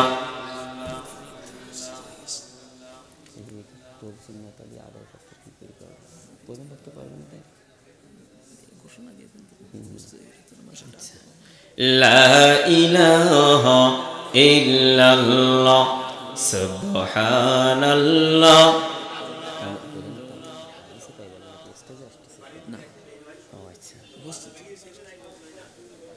আলহামদুলিল্লাহ, আমাদের মাঝে আমাদের প্রধান বক্তা চলে আসছে। আমাদের চিন্তার কোনো কারণ নাই, আমরা ওনার কাছ থেকে মূল্যবান আলোচনা শুনবো ইনশাল্লাহ। তার আগে আপনারা এখনো যারা এদিক ওদিক আছেন, জলদি করে আমাদের মজলিসে চলে আসুন, একটু জিকিরি করেন লা ইলাহা ইল্লাল্লাহ।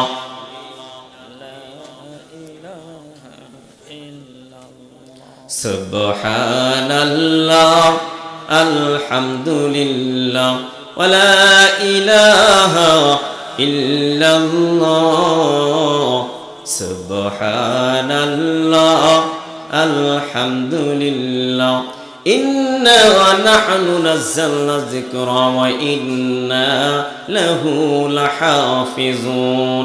আমার আল্লাহ বলে দিয়েছেন, কোরআন আমি আল্লাহ নাজিল করেছি, আর এর হেফাজতের সবটুকুন দায়িত্ব আমি আল্লাহ নিজ হাতে গ্রহণ করেছি।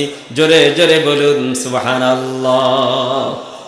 এই কোরআন কাল হাসরের মাঠে কথা বলতে পারবে, বিশ্বাস হয়? এই কোরআন যারা পড়বে, যারা এর হুকুম মেনে চলবে, হাসরের মাঠে এই কোরআন তার জন্য আল্লাহর কাছে সুপারিশ করবে। আল্লাহ রব্বুল আলামিন, আমি এই ব্যক্তিরকে আমি চিনি, সে আমাকে তেলাওয়াত করেছে, আমার বিধান মেনে চলেছে, তাকে তুমি জান্নাতে না দেয়া পর্যন্ত আমি কিছুতেই ক্ষান্ত হব না। আল্লাহ সেদিন কোরআনুল কারীমের সুপারিশ গ্রহণ করবে, আপনাকে জান্নাতে দান করে দিবে। পক্ষান্তরে এই কোরআন আপনার বিপক্ষে সাক্ষী দেবে। বিপক্ষে কি সাক্ষী দেবে?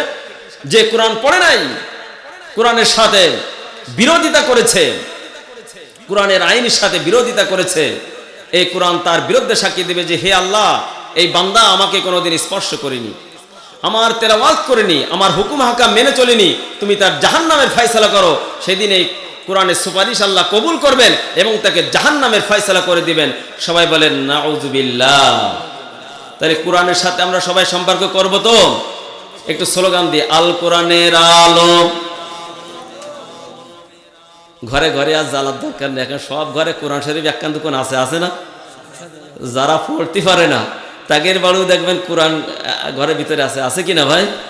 তাইলে ঘরে জ্বালান যাবেন, এবার কোন জায়গায় জ্বালাতে হবে বলেন? আল কোরআনের আলো। জোরে বলেন আল কোরআনের আলো। সংসদে জ্বালানোর আগে আরেকটা জায়গায় জ্বালতে হবে ভাই, বলবো? সংসদে জ্বালানোর আগে আমাদের অন্তরে কোরআনের আলো জ্বালাতে হবে, দরকার আছে না ভাই? অন্তরে যদি জ্বালাতে না পারি তাহলে সংসদে জ্বলবে? জ্বলবে না। এই জন্য স্লোগান হবে কি, আল কোরআনের আলো অন্তরে জ্বালো। বলেন সবাই, আল কোরআনের আলো। আবার বলেন, আল কোরআনের আলো অন্তরে জ্বালো। এই কোরআন আল্লাহ আপনাকে সাক্ষী দিচ্ছে, আল্লাহু ওয়ালিয়ুল্লাযীনা আমানু ইখরিজুহুম মিনাজ-যুলুমাতি ইলান নূর। জোরে বলুন আল্লাহু আকবার। মহান আল্লাহ সুবহানাহু ওয়া তাআলা বলে দিয়েছেন, যারা নাকি মুমিন, যারা ঈমানদার, তোমাদের কোনো ভয় নাই, তোমাদের কোনো চিন্তা নাই, আমি আল্লাহ তাদের বন্ধু। আমাদের এক নম্বর বন্ধু কে? সবাই আঙ্গুল উঁচু করে বলেন, এক নম্বর বন্ধু কে? আল্লাহ। আল্লাহ যদি বন্ধু হয় আমাদের কোনো চিন্তা আছে? আমাদের কোনো চিন্তা নাই। আল্লাহ বলছেন, আল্লাহু ওয়ালিয়ুল্লাযীনা আমানু, আমি হলাম মুমিনদের গার্জিয়ান, অভিভাবক। তোমাদের কোনো ভয় নেই, চিন্তা নেই। আমি আল্লাহ কি করি? যারা মুমিন তাদেরকে অন্ধকারের পথ থেকে আলোর পথে নিয়ে যায়। অন্ধকারের পথ থেকে আলোর পথে নিয়ে যায় কে? আল্লাহ। ইন্নাল্লাযীনা ক্বালু রাব্বুনাল্লাহ। মহান আল্লাহ সুবহানাহু ওয়া তাআলা আরো বলে দিয়েছেন, নিশ্চয়ই, মাস্ট বি, কোনো সন্দেহ নাই, অবশ্যই, ইন্নাল্লাযীনা ক্বালু রাব্বুনাল্লাহ, নিশ্চয়ই যারা এই কথা বলেছে আমার রব আল্লাহ। আমাদের রব কে? যারা এই কথা বলবে যে আমার রব আল্লাহ। ইন্নাল্লাযীনা ক্বালু রাব্বুনাল্লাহ সুম্মা ইসতাকামু, অতঃপর এই কথার উপরে যারা ইস্তেকামাত থাকবে, অটল থাকবে, অবিচল থাকবে। আয়াতের শেষ অংশে আল্লাহ বলছেন, ফালা খাউফুন আলাইহিম ওয়ালা হুম ইয়াহজানুন। জোরে বলুন আল্লাহু আকবার। যারা বলবে আল্লাহ আমার রব, এই কথার উপর ইস্তেকামাত থাকবে, অবিচল থাকবে, অটল থাকবে, তোমাদের কোনো ভয়ও নাই, তোমাদের কোনো চিন্তাও নাই। বলেন সুবহানাল্লাহ। দেখেন, নবীজি একদিন আক্ষেপ করে বলছেন যে আমার মন চায় আমি আমার ভাইদের একটু দেখতে পেতাম। সাহাবীরা বলছে, হুজুর, আমরা আপনার ভাই না, আমাদের দেখে আপনার মন ভরে না? নবীজি বললেন যে না, তোমরা আমার ভাই না, তোমরা আমার সঙ্গী সাথী সাহাবী, তা আপনার আবার ভাই কারা? তখন নবীজি বললেন, আমার ভাই হলো তারা আখিরি জামানায়, অর্থাৎ শেষ জামানায়, এই জামানায় যারা আমাকে না দেখে বিশ্বাস করবে, ঈমান আনয়ন করবে, তারাই হচ্ছে আমার ভাই। যারা সুন্নত তরিকায় চলবে ওরাই হচ্ছে আমার ভাই। তাহলে নবীজি আপনাকে আমাকে কি বলে আখ্যায়িত করেছেন? সবাই বলেন, কথা বোঝা যাচ্ছে না ভাই? নবীজি আমাদের ভাই বলে আখ্যায়িত করেছেন, এটা সুসংবাদ না দুঃসংবাদ? এর থেকে ভালো সুসংবাদের হতে পারে? তাহলে চিৎকার মেরে বলেন আলহামদুলিল্লাহ। নবীজি আপনাকে আমাকে ভাই বলে আখ্যায়িত করেছেন। শুধু তাই না, তিনি আরো বলে দিয়েছেন, কাল হাসরের মাঠে মুসিবতের সময় তোমরা আমার সাহাবী, তোমাদের দিকে যদি আমি একবার তাকাই, ওই সব ভাইদের দিকে আমি 10 বার তাকাবো। ওই দিন যদি আল্লাহর নবী আমাদের দিকে তাকায়, আমাদের জন্য সুপারিশ করে, তাহলে আর কোনো চিন্তা আছে ভাই? কোনো চিন্তা নাই। এই জন্য আল্লাহ নবীর বিরোধিতা করা যাবে না। আল্লাহ নবীর ওয়ারিসকার আল উলামা ওয়ারাসাতুল আম্বিয়া, আলেমরা হচ্ছে নবীদের। যে ব্যক্তি একজন আলেমের হাতে হাত দিল, সে যেন নবীর হাতেই হাত দিল। যে ব্যক্তি একজন আলেমের পিছনে নামাজ পড়লো, সে যেন নবীর পিছনে নামাজ পড়লো। যে ব্যক্তি একজন আলেমকে সম্মান করলো, সে যেন 70 জন নবীকে সম্মান করলো। বলেন সুবহানাল্লাহ। তাহলে আলেম দেখলে সহ্য করতে পারে না, আলেম দেখলেই চুলকানি, এরকম লোক আছে নাকি? নাই? আছে না? হুজুররা যদি একটু জোরে হাঁটে, কয় দাওয়াত পড়িছে। হ্যাঁ, তারপরে কালকে এক জায়গায় দাওয়াত ছিল, সেখানে আমাদের তো ঘন ঘন দাওয়াতে আল্লাহর রহমতে আমাদের এক জায়গায় মাহফিল করতে গিয়ে সেখানে লোকজন, এরা অল্প লোকজন। তা আমি বলছি, আপনারা না আসলেও কি আর আসলেও কি, গরু যদি 900 টাকা কেজি হয়, আমাদের কিছু যায় আসে? আজকে দাওয়াত আছে, কালকেও দাওয়াত আছে। তা সে বলতেছে কি, হুজুরা খায় বেশি, পরের বাড়ি খাই বাড়ি, এসব নানান তার কথা। তা আমি বলছি, দেখেন এই কথা কারা বলে জানেন? যাদেরকে দাওয়াত করে না, রাগের চোটে বলে। আসেন এরকম কি ছিল? রাগের চোটে কয় এসব কথা। আমরা ওসব কিছু মনে করি না। সবাই একটু জিকিরি করেন, লা ইলাহা ইল্লাল্লাহ। ভাইরা আমার, একটা ছেলে যদি মাদ্রাসায় পড়াতে পারেন, আল্লাহর নবী বলে দিয়েছেন একজন কোরআনের হাফেজ 10 জন জাহান্নামীকে আল্লাহর কাছে সুপারিশ করে জান্নাতে নিয়ে যাবে। কয়জন? কয়জন বলেন? 10 জন জাহান্নামীকে আল্লাহর কাছ থেকে সুপারিশ করে জান্নাতে নিয়ে যাবে। সেই 10 জন কারা শুনবেন আপনারা? সেই 10 জন কারা? যাদেরকে সুপারিশ করে হাফেজ সাহেবরা জান্নাতে নিয়ে যাবেন। 1 নম্বর হলো মা আর বাবা।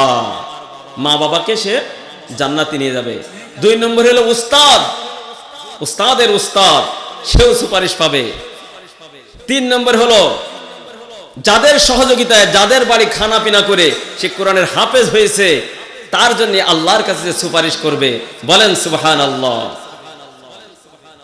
এমনি ভাবে যারা তাদের সাথে সম্পর্ক রাখবে, যে ব্যক্তি কোরআন শরীফ নিজে পড়তে পারে না, পড়ার জন্য চেষ্টা করে, আল্লাহ রাব্বুল আলামিন বলছেন কাল হাসরের মাঠে ওই ব্যক্তিকে আমি কোরআনের হাফেজ করে হাসরের মাঠে তুলবো। বলেন আলহামদুলিল্লাহ। কত ফজিলাত আল্লাহ আমাদের জন্য দান করেছেন, সহজ করে দিয়েছেন। সবাই একটু জিকির করেন, লা ইলাহা। সবাই একটু বলেন, লা ইলাহা। এই যে ঘন ঘন ভূমিকম্প হচ্ছে, কেন হচ্ছে জানেন? বিজ্ঞানীরা বলতেছে ভূমিকম্পের যে কারণ, আর হাদিসে আছে ভূমিকম্পের কারণ। বিজ্ঞানীরা বলতেছে যে ভূমিকম্প হয় হলো আপনার কি কারণে? যে পৃথিবীটা আছে টেকটনিক একটা প্লেটের উপরে, এই প্লেট যখন স্থানান্তর হয়, ঝাঁকুনি দেয়, তখন পৃথিবীটা নড়ে ওঠে। আর হাদিস থেকে শোনেন ভূমিকম্প কেন হয়। কোরআনের সাথে বেয়াদবি করার কারণে ভূমিকম্প হয়। 10টা কারণে ভূমিকম্প হয়, আমি আপনাদের সংক্ষেপে বলছি। এই ভূমিকম্প হওয়ার 1 নম্বর কারণ হলো যখন রাষ্ট্রীয় সম্পদ চুরি হয়ে যায়। আমাদের দেশে রাষ্ট্রীয় সম্পদ চুরি হয় নাকি হয় না? কানাডায় বেগমপাড়ায় বাড়ি আছে না, মালয়েশিয়ায় সেকেন্ড হোম, এরপরে লন্ডনে বাড়ি, ইন্ডিয়ায় বাড়ি, বিভিন্ন জায়গায় এরকম আমাদের রাষ্ট্রীয় সম্পদ যখন চুরি হয়ে যায়। হাদিস শরীফে আসছে ভূমিকম্প কোন সময় হয়?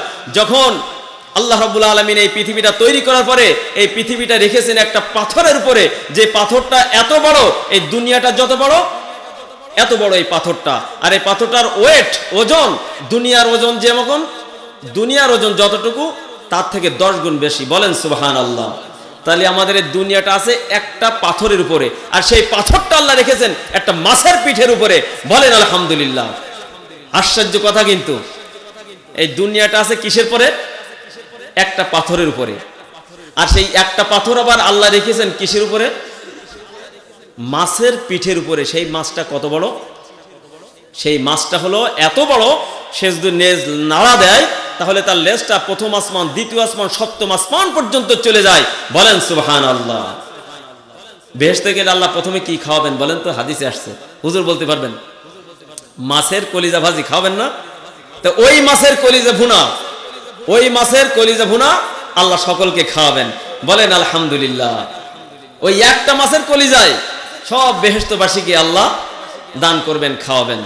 বলেন সুবহানাল্লাহ। তো এখন রাষ্ট্রীয় সম্পদ চুরি হওয়ার কারণে এই ভূমিকম্প হয়। 2 নম্বরে যখন আমানতের খেয়ানত হয়। আমানতের খেয়ানত হয় কিনা? একজন হয়তো কিছু টাকা রাখছে, বিশ্বাস করে সে ব্যাংকে যাতায়াত করে না, ব্যাংক সে বোঝে না, সে একজন বিশ্বাস করে একজন ভাইকে বলল, ভাই আপনি আমার 1 লাখ টাকা রাখেন তো, আমার মেয়েটা বড় হচ্ছে, যখন বিয়ে দেবো তখন আপনি এই টাকাটা আমাকে দিবেন। এবার কিছুদিন পরে, কয়েক বছর পরে, যে যখন বলতেছে আমি টাকা আমানত রাখিছিলাম সেটা দাও, সে বলতেছে তোমার কোনো লিখিত আছে? আছে না এরকম ভাই? এই আমানতের খেয়ানত যখন হয় তখন আল্লাহ ঘন ঘন ভূমিকম্প নাজিল করেন। আপনারা দেখছেন ঘন ঘন ভূমিকম্প হচ্ছে। জাপানের 5.7 মাত্রার ভূমিকম্প হচ্ছে, আপনার তুরস্কে 7.5 মাত্রার ভূমিকম্প হচ্ছে। 22 নভেম্বর আমাদের দেশে ভূমিকম্প হয়েছে না ভাই? আমাদের দেশে ভূমিকম্প হয়েছে। এরপরে গান বাজনা যখন সমাজে বৃদ্ধি পাবে, নাচ গান যখন বৃদ্ধি পাবে, মসজিদের ভিতরে গান বাজনা কিভাবে বলেন তো ভাই? মোবাইলের মাধ্যমে নামাজ পড়তেছে, ঝাঁকানাকা গান বেজে উঠতেছে মোবাইলের ভিতরে, ওঠে কিনা? এও একটা কারণ হলো আপনার ভূমিকম্পের। 4 নম্বর কারণ হলো যখন মেয়েদের কর্তৃত্ব বেড়ে যাবে, স্বামীরা গোলাম হয়ে যাবে, তাদের কিছু আর বলা যাবে না, তাদের অধিকার পাওয়ার বেড়ে যাবে, সব জায়গায় তারাই নেতৃত্ব দেবে, কর্তৃত্ব করবে। সেই সময় আল্লাহ রাব্বুল আলামিন এই ঘন ঘন ভূমিকম্প নাজিল করবেন। আল্লাহ রাব্বুল আলামিন এসব পাপাচার থেকে আমাদের হেফাজত করেন। সকলে বলেন আমিন। সবাই একটু জিকিরি করেন লা ইলাহা ইল্লাল্লাহ, বলেন লা ইলাহা ইল্লাল্লাহ সুবহানাল্লাহ আলহামদুলিল্লাহ ওয়া লা ইলাহা ইল্লাল্লাহ সুবহানাল্লাহ। এই কোরআন প্রথমে নাজিল হয়েছিল কোন জায়গায় বলেন তো? হেরা গুহায়। কোন জায়গায় নাজিল হয়েছিল? হেরা গুহায় নাজিল হয়েছে। আল্লাহর রব্বুল আলামিন জিবরিল ফেরেশতা দ্বারা যখন নিয়ে আসলেন নবীজির কাছে, নবীজি ভয় পেয়ে গেলেন। জিবরিল আমিনের মাথা ছিল আপনার আসমানে এবং পা ছিল জমিনে, এত বড় ফেরেশতা, এটা দেখে তিনি ভয় পেয়েছেন। জিবরিল আমিন বললেন ইকরা, হে নবী আপনি পড়েন। নবীজি বললেন আমি তো পড়তে পারি না। আবারও বললেন ইকরা, পড়ো। তিনি বললেন আমি তো পড়তে পারি না। এরপরে নবীজি যখন বারবার বলতেছে আমি তো পড়তে পারি না, জিবরিল আমিন বললেন ইকরা বিসমি রাব্বিকাল্লাযী খলাক, পড়েন। প্রথমেই এই সূরাগুলো আল্লাহ নাজিল করেছেন। এই সূরার প্রথম 5 আয়াত যখন জিবরিল বলেছেন যে পড়ো, নবীজি বলেছেন আমি পড়তে পারি না, কিন্তু জিবরিল আমিন যখন বলেছেন আল্লাহর নামে পড়ো, কার নামে? পড়া যদি মনে নাইবা থাকে রব্বি জিদনি ইলমা, বলো, বলেন আমার সাথে রব্বি জিদনি ইলমা, বলো রব্বি জিদনি ইলমা, বলো। যে কথাটি আছে পাক কোরআনে ছোট বড় সকলেই দুয়াটি জানে। রব্বি, বলেন রব্বি জিদনি ইলমা, বলো। এটা পড়লে আপনার জেহেন শক্তি আল্লাহ বাড়াই দিবেন, যা বলবেন সব মুখস্থ হয়ে যাবে। বলেন সুবহানাল্লাহ। বিশুদ্ধ করি কোরআন পড়ো, বলেন। ভুল যদি পড়ে নামাজের ভিতরে তাহলে কি তার নামাজ হবে?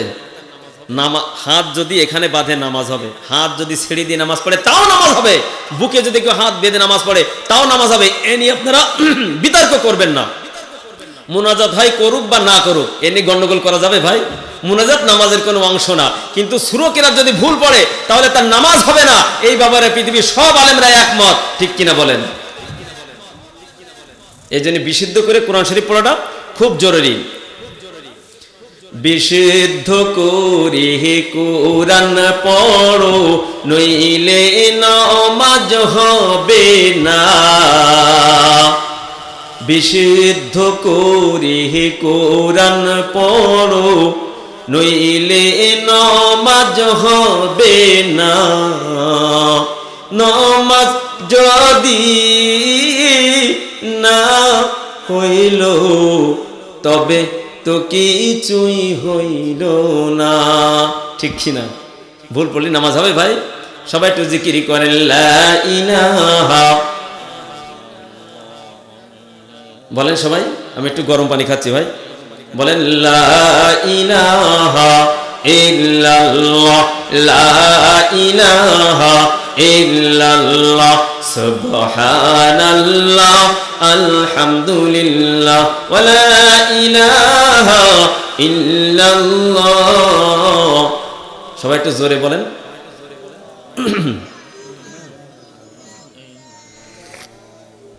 যখন গোল হয় তখন তো এত জোরে চিৎকার দেয় মনে হয় ঘর ফেটে গেল। তো এখন এই যে গোল বলে চিৎকার দেয়, কোনো সব হবে না গুনাহ হবে? বলেন, কোনো সব হবে বললে? আর যদি জিকির করেন সব হবে না গুনাহ হবে? যারা আছেন আপনারা একটু জোরে বলেন, জবান ছেড়ে দিয়ে বলেন লা ইলাহা ইল্লাল্লাহ লা ইলাহা ইল্লাল্লাহ। দেখেন খাজা মঈনুদ্দিন চিশতি রহমাতুল্লাহ আলাইহ নাম শুনেছেন আপনারা? খাজা মঈনুদ্দিন চিশতি রহমাতুল্লাহ আলাইহ একদিন তার আম্মাজানকে এসে বলতেছে, আম্মাজান আজকে একটা সুসংবাদ আছে। কি সুসংবাদ? তা আমার বয়ান শুনে ৯৫,০০০ অমুসলিম তারা ইসলাম গ্রহণ করেছে। বলেন সুবহানাল্লাহ। এটা সুসংবাদ না? কত হাজার? ৯৫,০০০ অমুসলিম তারা কলেমা পড়ে মুসলমান হয়েছে। কত বড় কেরামত! আমার মায়ের কাছে এসে বলতেছে, তার মা বলতেছে, খাজা মঈনুদ্দিন চিশতি শুনে রাখো, এই কেরামতি তোমার না, এই কেরামতি তোমার না, এই কেরামতি হলো আমার। খাজা মঈনুদ্দিন কি বলতেছে? এই কেরামতি আমার। এখন খাজা মঈনুদ্দিন চিশতি রহমাতুল্লাহ আলাইহ যিনি আজমির শরীফে শুয়ে আছেন বলতেছে, আম্মাজান এই কেরামতি আপনার কি করে হলো? আপনি তো শুধু বাড়ি থাকেন, রান্না বাড়া করেন, নামাজ কালাম করেন, আপনি তো আর বয়ান করেননি। আমার কথা শুনে আমার হাতে হাত দিয়ে তারা মুসলমান হয়েছে। তখন তার মা বলতেছে, দেখো বাবা, তুমি যখন ছোট্ট ছিলে দুধ পান করতে, আমি তোমাকে বিনা উযুতে কোনোদিন এক ফোঁটা দুধ পান করাইনি। তাহলে কেরামতি কার হলো বলেন? আমাদের মা বোনেরা যখন দুধ পান করায় এরকম পাক পবিত্র হয়ে করায়, যে কারণে এরশাদ শিকদার জন্ম হয়, যে কারণে কি হয়? এরশাদ শিকদারের মতো সুদখোর, ঘুষখোর, চোর, ডাকাত জন্ম হয়। এই জন্য মা বোনদের জন্য এটা বলে গেলাম যে আপনারা যখন বাচ্চাদের দুধ পান করাবেন তখন উজু করে পাক পবিত্র অবস্থায় করাবেন। আপনারা বাড়িতে যেটা বলবেন মনে থাকবে তো ইনশাল্লাহ? যে কথা বলতেছিলাম, তো আল্লাহর নবীকে পড়তে পারছে না, নবীজি পড়তে পারছে না। জিবরিল আমিন যখন বললেন পড়ো তোমার প্রভুর নামে, সাথে সাথে তিনি পড়া শুরু করেছেন। বলেন সুবহানাল্লাহ। ইকরা বিসমি রাব্বিকাল্লাযী খলাক, খলাকাল ইনসানা মিন আলাক, ইকরা রাব্বুকাল আকরামুল্লাযী আল্লামা বিল কলম, আল্লামাল ইনসানা মা লাম ইয়ালাম।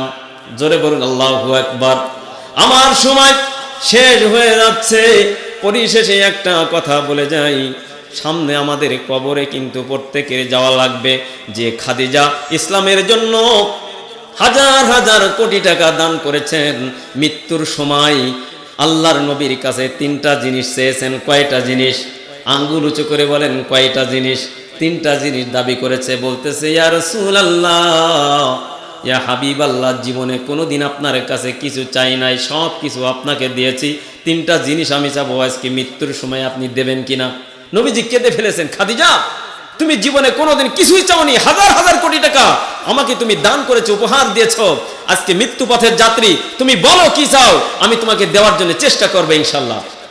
খাদিজা চোখের পানি ছেড়ে দিয়ে বলতেছে, ওগো নবীজি, আমি যখন মারা যাব আমার কাফনের কাপড় সাধারণ কোন বাজারের কাপড় দিয়ে কাফন দিবেন না, আপনার গায়ের যে জুব্বা আছে ওই জুব্বা দিয়ে আমার কাফনের ব্যবস্থা করে দিবে। দেখেন কবরের ভয়ে তিনি বলতেছে আপনার জুব্বা দিয়ে আমার কাফনের ব্যবস্থা করবেন। নবীজি বললেন, ঠিক আছে, তোমার দাবি কি? মঞ্জুর করা হলো।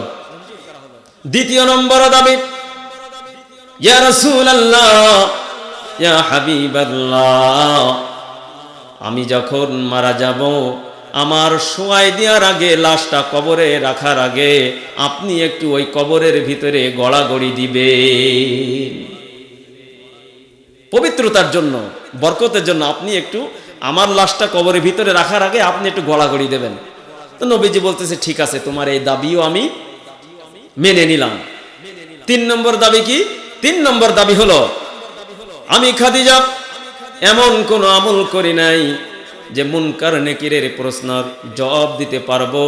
এই কারণে আমাকে মাটি দিয়ে সবাই যখন চলে যাবে আপনি চলে যাবেন না, কবরের পাশে দাঁড়িয়ে থাকবেন। মুনকার নেকির যখন প্রশ্ন করবে, মান রব্বুকা, মান দীনুকা, মান নাবিয়ুকা, এই প্রশ্নের জবাব আপনি দিয়ে দেবে। নবীজি বললেন, আচ্ছা ঠিক আছে, তোমার এই দাবিও আমি মেনে নিলাম। এরপরে উনি মারা গেলেন। ঠিক নবীজি যে ওয়াদা করেছেন ওয়াদা মোতাবেক কাজ করলেন। কবরে শোয়াই দেওয়ার পরে মাটি হয়ে গেল, মাটি দেওয়ার পরে সবাই চলে গেল, নবীজি কবরের পাশে দাঁড়িয়েছে।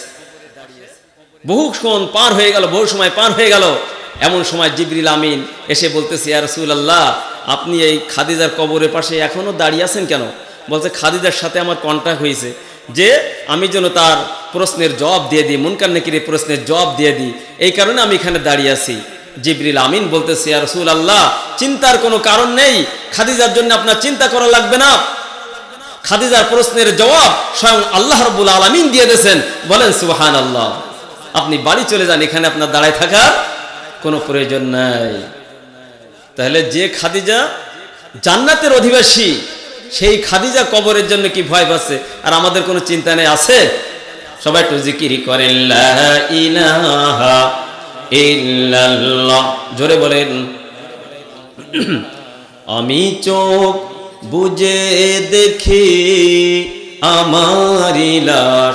সবাই গজলটা অনুধাবন করেন, এটা বলে আমি শেষ করে দিচ্ছি। আমি চোখ বুঝে দেখি আমারি লাশ, কাফন হয়েছে সারা। আমি চোখ বুঝে দেখি আমারি লাশ, কাফন হয়েছে সারা। সবাই দাঁড়ালো জানাজা নামাজে, কিছু পরে সব ফিরে যাবে কাজে। সবাই দাঁড়ালো জানাজা নামাজে, কিছু পরে সব ফিরে যাবে কাজে।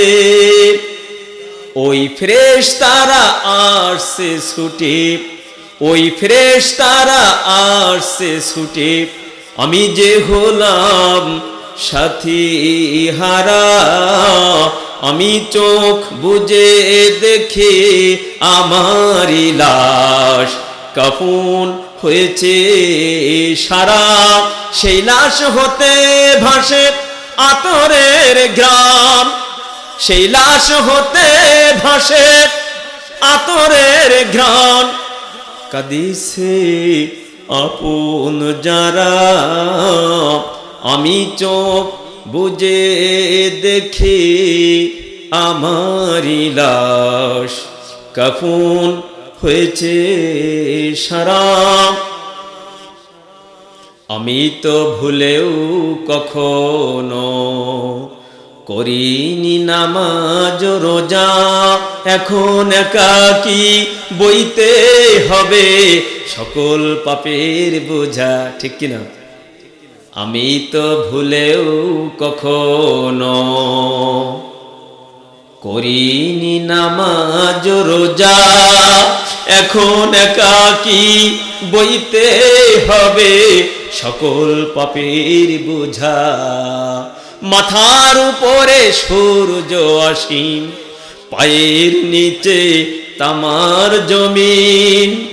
মাথার উপরে সূর্য অসীম, পায়ের নিচে তামার জমিন।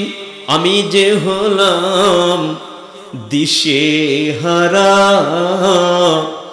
আমি চোখ বুঝে দেখি আমারি লাশ, কাফন হয়েছে সারা। আমি চোখ বুঝে দেখি আমারি লাশ, কাফন হয়েছে সারা। সেই লাশ হতে ভাসে আতরের ঘ্রাণ, সেই লাশ হতে ভাসে আতরের ঘ্রাণ। কাঁদিছে আপন যারা, আমি চোখ, বলেন সবাই, আমি চোখ বুঝে দেখি আমারি লাশ, কাফন হয়েছে সারা। আল কোরআনের কথা বলে যারা দিল প্রাণ, তাদের পথে নাও আমাদের ওগো মেহেরবান, আল্লাহ মেহেরবান। আল কোরআনের পথে আমরা সবাই শহীদ হব। রাজি আছি তো? কারা কারা রাজি আছেন? দু হাত তুলে দেখান। নারায়ে তাকবীর, নারায়ে তাকবীর। হিন্দুস্তানের সাথে মুসলমানদের যুদ্ধ হবে, গজওয়াতুল হিন্দ, এটা হাদিসে আছে। এই যুদ্ধে যারা অংশগ্রহণ করবে, শহীদ হবে, বিনা হিসেবে আল্লাহ তাদের জান্নাত দান করবেন। পক্ষান্তরে এই যুদ্ধে যারা শহীদ হতে পারবে না, গাজী হয়ে ফিরে আসবে, তাদেরকেও আল্লাহ জান্নাত দান করবেন, বলেন আলহামদুলিল্লাহ। কিন্তু যারা এই হিন্দুস্তানের সাথে যুদ্ধ হবে, ভারতের সাথে, এই যুদ্ধে যারা অংশগ্রহণ করবে না, তারা জাহান্নামী হয়ে যাবে, তাদের মৃত্যু হবে জাহিলিয়াতের মৃত্যু। সাহাবীরা বললেন, ইয়া রাসূলুল্লাহ, এ হাবিব আল্লাহ, সেই ব্যক্তি যদি নামাজ পড়ে, রোজা করে, হজ করে, যাকাত দেয়, কোনো গুনাহ করে না। নবীজি বললেন, যদিও সে নামাজ পড়ে, যদিও সে রোজা রাখে, যদিও সে হজ করে, কোনো গুনাহ করে না, শুধু এই যুদ্ধে অংশগ্রহণ করার না করার কারণে সে জাহান্নামী হয়ে যাবে। বলেন সবাই নাউজুবিল্লাহ। ভারতের সাথে আমাদের যুদ্ধ হতে পারে, মুসলমান আমাদের প্রস্তুত থাকতে হবে, জোরে বলেন ঠিক কিনা। আল কোরআনের কথা বলে যারা দিল প্রাণ, তাদের পথে নাও আমাদের ওগো মেহেরবান, আল্লাহ মেহেরবান। কত মায়ের সন্তানেরা গেল হারিয়ে, বলছে কেঁদে আমার মানিক দাও না ফিরাইয়ে। আছে না, কত সন্তান চলে গেল আমাদের দেশের জন্য, ইসলামের জন্য, যারা জীবন দিয়েছে তাদেরকে আল্লাহ জান্নাতের উচ্চ মাকাম দান করেন। সকলে বলেন আমিন। তোমার সৃষ্টি যদি হয় এত সুন্দর, বলেন আমার সাথে, তোমার সৃষ্টি যদি হয় এত সুন্দর, না জানি তুমি তাহলে কত সুন্দর, কত সুন্দর। তোমার সৃষ্টি যদি হয় এত সুন্দর, না জানি তুমি তাহলে কত সুন্দর, কত সুন্দর। যে তারা হাসি দেয় আকাশে, যে ফুল সুরভি ছড়ায় বাতাসে, যে তারা হাসি দেয় আকাশে, যে ফুল সুরভি ছড়ায় বাতাসে, সেই তারা সেই ফুল হয় যদি এত সুন্দর, না জানি তুমি তাহলে কত সুন্দর, কত সুন্দর। যে পাখি উড়ে যায় সুদূরে, যে নদী বয়ে যায় তেপান্তরে, যে পাখি উড়ে যায় সুদূরে, যে নদী বয়ে যায় তেপান্তরে, সেই পাখি সেই নদী হয় যদি এত সুন্দর, না জানি তুমি তাহলে কত সুন্দর, কত সুন্দর। যে মানুষ মানুষের বেদনায় কেঁদেছে আজীবন মদিনায়। আমাদের জন্য একজন ব্যক্তি কাঁদেন, তার নাম কি বলেন সবাই? মুহাম্মদ রাসূলুল্লাহ। যে মানুষ মানুষের বেদনায় কেঁদেছে আজীবন মদিনায়, সেই মানুষ সেই নবী হয় যদি এত সুন্দর, না জানি তুমি তাহলে কত সুন্দর, কত সুন্দর। জোরে বলেন মারহাবা। যে কথা আমি বলতেছিলাম ভাইয়ের আমার, সম্মানিত হাজরিন, সেটা হলো আগামী যে নির্বাচন আসতেছে, যে ভোট আসতেছে, আমরা সবাই ইসলামের পক্ষে থাকবো, সবাই রাজি আছি তো? আর এখানে যেহেতু আলেম ওলামারা রয়েছেন, তাদের উদ্দেশ্যে দুটো আয়াত বলেই আমি আমার কথা শেষ করবো ইনশাল্লাহ। সূরা হিজর আয়াত নম্বর 91, আল্লাযীনা জাআলুল কুরআনা ঈদিন ফাওয়ারাব্বিকা লানাসআলান্নাহুম আজমাঈন। আমার রব্বুল আলামিন বলে দিয়েছেন, যারা আমার কোরআনকে খণ্ড বিখণ্ড করবে, যারা নিজেদের স্বার্থ চরিতার্থ করার জন্য, নিজেদের স্বার্থ চরিতার্থ করার জন্য, নিজের লাভের জন্য আমার কোরআনের ফতোয়াকে বিকৃত করবে, খণ্ড বিখণ্ড করবে, ফাওয়ারাব্বিকা লানাসআলান্নাহুম আজমাঈন। জোরে বলুন আল্লাহু আকবার। এই আয়াতটা বললাম শুধু আলেমদের জন্য। আল্লাহ বলছেন, যারা আমার কোরআনকে খণ্ড বিখণ্ড করবে, কাল হাসরের মাঠে আল্লাহ রাব্বুল আলামিন এই সব আলেমদেরকে রিমান্ডে নেবেন, জিজ্ঞাসাবাদ করবেন। ফাওয়ারাব্বিকা, হে নবী আপনার রবের কসম। কার কসম বলেন সবাই? কার কসম? হে নবী আপনার রবের কসম। অবশ্যই তাদেরকে আমি কাল হাসরের মাঠে রিমান্ডে নেব, জিজ্ঞাসাবাদ করব, কি জন্য আমার কোরআনকে তোমরা খণ্ড বিখণ্ড করেছো। আল্লাহ রাব্বুল আলামিন আমাদের সকলকে কোরআনের পক্ষে থাকার, কোরআনের সাথে চলার তৌফিক দান করেন। সকলে বলেন আমিন। একটু স্লোগান দিয়ে যা সবাই, কোরআন আছে যেখানে, বলি আমরা সবাই, কোরআন আছে যেখানে, কোরআন আছে যেখানে, কোরআন নাই যেখানে, আমরা নাই সেখানে। ওমাল্লাম ইয়াহকুম বিমা আনজালাল্লাহু ফাউলাইকা হুমুল কাফিরুন। আল্লাহ অন্য আয়াতে বলছেন, যারা আমার কোরআন দিয়ে বিচার ফয়সালা করে না, তারা জালিম, তারা কাফের, তারা মুনাফিক, তারা ফাসিক। এই গালিগুলোকে আমি দিলাম নাকি আল্লাহ দিয়েছেন? সবাই একটু আঙ্গুল উঁচু করে বলেন, এই গালিগুলো কে দিয়েছেন? আমাদের দেশে কোরআন দিয়ে বিচার চলে নাকি ডক্টর কামালের লেখা বিচার চলে? বলেন তো, সংবিধান কে রচনা করেছেন আমাদের দেশে? ডক্টর কামাল রচনা করেছে। মালিকিন নাস, মানুষের মালিক হচ্ছেন আল্লাহ। তাহলে হুকুম মানবে কার? আল্লাহ নাকি মানুষের? এই জমিন কার? সবাই চিৎকার মেরে বলুন, জমিন কার? আসমান কার? তাহলে হুকুম চলবে কার? আল্লাহ। আল্লাহর হুকুম আমাদের দেশে কায়েম হোক, এটা আমরা সবাই চাই তো ইনশাআল্লাহ। নারায়ে তাকবীর, নারায়ে তাকবীর। প্রধান বক্তার আগমন, সবাই বলেন, প্রধান বক্তার আগমন, শুভেচ্ছা স্বাগতম। প্রধান বক্তার আগমন মাহফিলের পক্ষ থেকে, সভাপতির পক্ষ থেকে। সম্মানিত হাজরিন, আমি এখনই আপনাদের কাছ থেকে বিদায় নেব। এতক্ষণ যাবৎ আমি আপনাদেরকে অনেক কষ্ট দিয়েছি।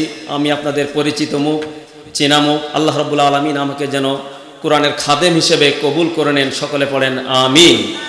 আজকে যেমন আমরা একসাথে বসে কোরআনের আলোচনা শুনছি, আলোচনা বয়ান শুনছি, কাল হাসরের মাঠে আমরা যেন একসাথে জান্নাতে যেতে পারি। আল্লাহ রাব্বুল আলামিন আমাদের সেরকম আমল করার তৌফিক দান করেন। আমরা সকলে বলি আমিন। একটু পরেই আমরা দোয়া মুনাজাত করব। সকল মরহুম আত্মার জন্য দোয়া হবে, মরহুম পিতামাতার জন্য দোয়া হবে।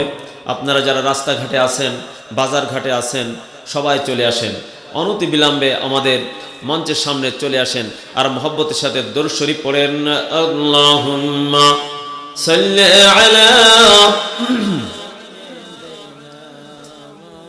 খুলাফায়ে রাশেদার সোনালী দিন, কেন যে ফিরে আর আসে না, সকলে পেয়ে তার অধিকার, কেন যে প্রাণ খুলে হাসে না। আল্লাহুম্মা সাল্লি আলা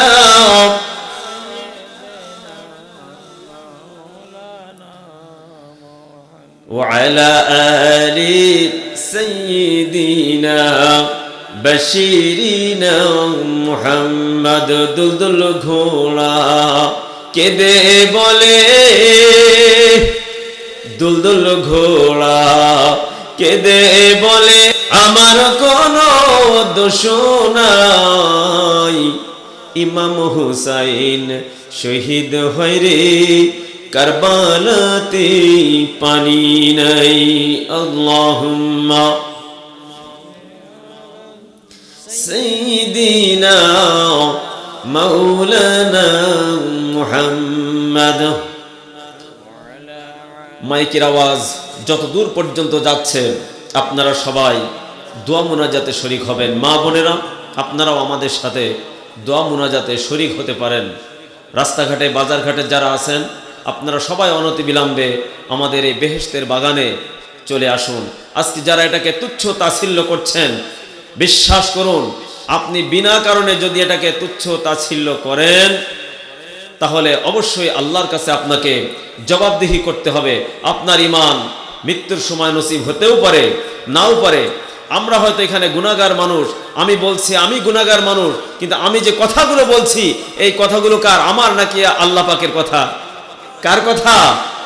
আল্লাহর কথা। এই জন্য আমরা আল্লাহর কাছ থেকে আসছি, আল্লাহর কাছে আমাদের ফিরে যাওয়া লাগবে। সবাই একটু আমরা দোয়া মুনাজাতে শরীক হই। আল্লাহুম্মা আমিন। রব্বানা যালামনা আনফুসানা ওয়া ইল্লাম তাগফির লানা ওয়া তারহামনা লানাকুনান্না মিনাল খাসিরিন। পড়েন আমার সাথে সবাই, রব্বানা যালামনা আনফুসানা ওয়া ইল্লাম তাগফির লানা ওয়া তারহামনা লানাকুনান্না মিনাল খাসিরিন। রব্বানা লা তুযিগ কুলুবানা বা'দা ইয হাদাইতানা ওয়া হাব লানা মিন লাদুনকা রাহমাতান ইন্নাকা আনতাল ওয়াহ্হাব। আল্লাহ রব্বুল আলামিন, মাওলা পাক মেহেরবান, গফুরুর রহিম।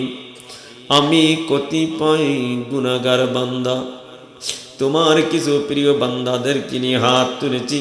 শীতের রজনীতে জুমা ইশার নামাজ আদায় করে আল্লাহ তোমার হাবিবের প্রতি দরুদ সালাম পাঠ করেছি। কোরআন থেকে কিছু অংশ তেলাওয়াত করেছি। আল্লাহ, হাদিয়া যদি তুমি দিয়ে থাকো, কোটি কোটি গুণ বৃদ্ধি করে দিয়া কায় নামদার তাজেদারে মদিনা হযরত মুহাম্মদ মুস্তাফা সাল্লাল্লাহু আলাইহি ওয়াসাল্লামের রূহ মুবারকে পৌঁছায়া দাও। তামাম পৃথিবীর মাটির নিচে যত মুমিন মুমিনাত শুয়ে আছে আল্লাহ, সকল আরোহর পরে সবটুকু তুমি পৌঁছায়া দাও রব্বুল আলামিন। এই মুহূর্তে মনে পড়ে গেল আব্বাজানের কথা। আল্লাহ, আমাদের আব্বাজান যাদের কবরে চলে গেছে, তাদের রুহির উপরে সবটুকু তুমি পৌঁছায়া দাও। কত কষ্ট করেছেন আমাদের জন্য, নিজে না খেয়ে আমাদেরকে খাওয়াইছেন, নিজেরা না পড়ে আমাদেরকে পড়াইছেন। আল্লাহ, জানি না কোন অবস্থায় আছে, মেহেরবানি করে আব্বা জানের গুনাহ খাতাগুলো তুমি মাফ করে দাও। আমি জানি না আমার সাথে যারা হাত উত্তোলন করেছেন, কারা বাবা হারা আর কারা মা হারা। আমার মা বোনেরা যারা হাত উত্তোলন করেছেন, আল্লাহ, অনেক মা বোন আছে যাদের আব্বা নাই, মা নাই, আপন বলে এই পৃথিবীতে আর কেউ নাই।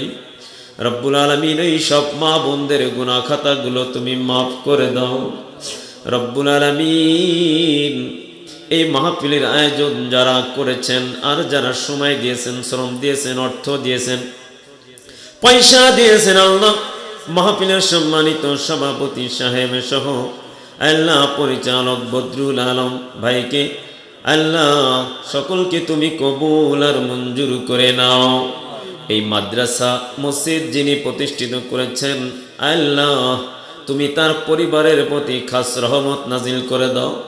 তার আম্মা যান অসুস্থ, আল্লাহ, দুনিয়ায় ঔষধের কোনো ক্ষমতা নাই, ডাক্তারের কোনো ক্ষমতা নাই, সব ক্ষমতা আল্লাহ তোমার হাতে।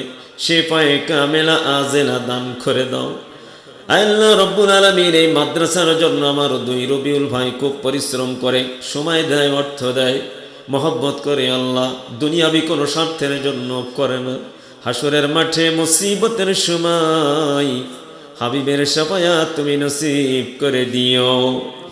আল্লাহ আমাদের সামনে পিছনে ডাইনে বামে যত কবরবাসী আছে আল্লাহ সকল রুহির উপরে সবটুকু তুমি পৌঁছায়া দাও। আল্লাহ রব্বুল আলামিন দত্তকুনাবাসীকে তুমি কবুল করে নাও। আশপাশের যত কবরে আছে আল্লাহ, কবরবাসী আছে আল্লাহ, সকলকে তুমি মাফ করে দাও। আমাদের মৃত্যুর সময় যখন এসে যাবে আল্লাহ, তোমার হাবিব বলে দিয়েছেন মৃত্যুর সময় আজরাইলের ভয়ঙ্কর চেহারাখানা দেখার পরে বেশিরভাগ মানুষ ঈমান হারা হয়ে যায়। আল্লাহ, মৃত্যুর সময় আজরাইলের ভয়ঙ্কর চেহারাখানা আমাদেরকে না দেখাইয়া তোমার প্রিয় নবীজির নূরানি সোনালি চেহারাখানা দেখে দেখে কালেমা পড়তে পারি আল্লাহ তুমি কবুল করে নাও। আল্লাহ, তুমি ছাড়া আমাদের কোনো উপায় নাই, তুমি ছাড়া আমাদের কোনো সাহায্যকারী নাই। দুনিয়ার জীবন ক্ষণস্থায়ী, আখিরাতের জীবন চিরস্থায়ী, এটা আমাদের বুঝে আসে না। আজকে আমরা দুনিয়া দুনিয়া করে পাগল হয়ে গেছি। আল্লাহ, যে পথে চললে তুমি খুশি হও ওই পথে চলার তৌফিক দিয়ে দাও রব্বুল আলামিন। সুজলা সুফলা শস্য শ্যামলা প্রিয় মাতৃভূমি বাংলাদেশ, এই বাংলাদেশ ইসলামী রাষ্ট্র কায়েম হয়েছে, এই সুন্দর দৃশ্য তুমি আমাদের দেখার তৌফিক দিয়ে দাও আল্লাহ রব্বুল আলামিন। এই মাদ্রাসার জন্য যারা লজিংয়ের ব্যবস্থা করে, উস্তাদ ছাত্রদের খানাপিনার ব্যবস্থা করেছে আল্লাহ, যে ভাই বাজার করে খাওয়ায় ওই বাজারের প্যাকেট জীবনে যেন কোনোদিন খালি না হয়ে যায়, যে মা রান্না বাড়া করে খাওয়াই ওই হাতে ওই রান্না ঘরে আল্লাহ তুমি বরকত দান করে দাও। কত মানুষ কবরে চলে গেল আল্লাহ, এই মাদ্রাসার সাথে সম্পর্ক ছিল, জমি দান করেছেন রব্বুল আলামিন, তাদের রুহির উপরে সবটুকু তুমি পৌঁছায়া দাও। আজকের এই মাহফিলটা আসে আজিমে কবুল আর মঞ্জুর করে নাও আল্লাহ রব্বুল আলামিন। আমার ছাত্র সৌদি আরবে চলে গেছে, সেখান থেকে দোয়া চেয়েছে আল্লাহ, মেহেরবানি করে তুমি তাকে সুস্থ হালতে রাখো, সুস্থ অবস্থায় কাজকাম করতে পারে, ভালোভাবে কাজকাম করে আল্লাহ বাড়িতে ফিরে আসতে পারে, মা বাবার কোলে আসতে পারে। আল্লাহ তুমি কবুল করে নাও আল্লাহ। তানবীরের মা বাবাকে তুমি ধৈর্য ধারণ করার তৌফিক দিয়ে দাও। রব্বানা তাকাব্বাল মিন্না ইন্নাকা আনতাস সামিউল আলিম ওয়া তুব আলাইনা ইন্নাকা আনতাত তাওয়াবুর রহিম। রব্বানা ওয়ালা তুহাম্মিলনা মা লা তাকাতা লানা বিহি ওয়া'ফু আন্না واغفر لنا وارحمنا أنت مولانا فانصرنا على القوم الكافرين। আল্লাহ, আমার সাথে সাথে যেসব মা বোনেরা হাত উত্তোলন করেছেন তাদের গুনাহ খাতাগুলো মাফ করে দাও আল্লাহ। মা ফাতেমা মা খাদিজার সাথে জান্নাতে যেতে পারে সেরকম আমল করার তৌফিক দিয়ে দাও আল্লাহ। অনেক দজ্জাল স্বামী আছে, কথায় কথায় তারা স্ত্রীদেরকে পিটায়, আল্লাহ তুমি তাদের হিদায়াত নসিব করে দাও। রব্বানা ফাগফির লানা যুনুবানা ওয়া কাফির আন্না সাইয়্যাতিনা ওয়া তাওয়াফফানা মাল আবরার। আল্লাহ, এই মুহূর্তে মনে পড়ে গেল আল্লামা সাঈদী রাহমাতুল্লাহ আলাইহির কথা, রব্বুল আলামিন তুমি তাকে জান্নাতের উচ্চ মাকাম দান করে দাও। এমনি ভাবে সাইফুল ইসলাম আলী তরুণ অ্যাডভোকেট অ্যাডিশনাল প্রসিকিউটর চট্টগ্রামে যাকে শহীদ করে দেওয়া হয়েছে, এমনিভাবে শরীফ উসমান হাদি তাকেও তুমি জান্নাতের উচ্চ মাকাম দান করে দাও রব্বুল আলামিন। পরিশেষে তোমার কাছে ফরিয়াদ, আমাদের এই দেশের জন্য যিনি আত্মত্যাগ করেছেন, জীবনকে উৎসর্গ করে দিয়েছেন, অনেক নির্যাতনের শিকার হয়েছেন, তিনবারের প্রধানমন্ত্রী, আল্লাহ মেহেরবানি করে তুমি তার কবরটাকে জান্নাতের বাগিচা বানিয়ে দাও আল্লাহ। এমন একজন ব্যক্তি ছিলেন বেগম খালেদা জিয়া, যিনি আলেমদের শানে কোনোদিন বেয়াদবি করেননি, আলেমদেরকে সম্মান করে কথা বলতেন। আল্লাহ রাব্বুল আলামিন এই নেত্রীকে তুমি জান্নাতের উচ্চ মাকাম দান করে দাও। দেশের জন্য যারাই জীবন দিয়েছে আল্লাহ তাদেরকে তুমি মাফ করে দাও। আল্লাহ এই মাদ্রাসার জন্য যারা সহযোগিতা করে, লজিং দেয়, চাউল দেয়, পয়সা দেয়, টাকা দেয়, সময় দেয়, রব্বুল আলামিন মেহেরবানি করে প্রত্যেকে কাল হাসরের মাঠে জান্নাতের ফয়সালা করে দিও। আল্লাহ কিয়ামতের মাঠে মুসিবতের সময় সূর্য যখন মাথার পানে চলে আসবে আর মাথার ঘিনু টকবক করে ফুটতে থাকবে, মাটি পড়ে তামা হয়ে যাবে, পানি পানি বলে সবাই চিৎকার করতে থাকবে, ওই কঠিন হাসরের ময়দানে তোমার হাবিবের শাফায়াত আমাদেরকে নসিব করে দিও। আল্লাহ রাব্বুল আলামিন আমাদের প্রত্যেকের পরিবারে খাস রহমত নাজিল করো। আল্লাহ আমাদের দেশকে নিয়ে যারা ষড়যন্ত্র করে তাদের ষড়যন্ত্র তুমি বিনাশ করে দাও। আল্লাহ কোরআনের শাসন কায়েম হয়েছে, এই সুন্দর দৃশ্য তুমি আল্লাহ আমাদের দেখার তৌফিক দিয়ে দাও। সুবহানা রাব্বিকা রব্বিল ইজ্জাতি আম্মা ইয়াসিফুন ওয়া সালামুন আলাল মুরসালিন ওয়ালহামদুলিল্লাহি রাব্বিল আলামিন। واجعل آخر كلمتنا عند الموت لا إله إلا الله محمد رسول الله صلى الله عليه وسلم।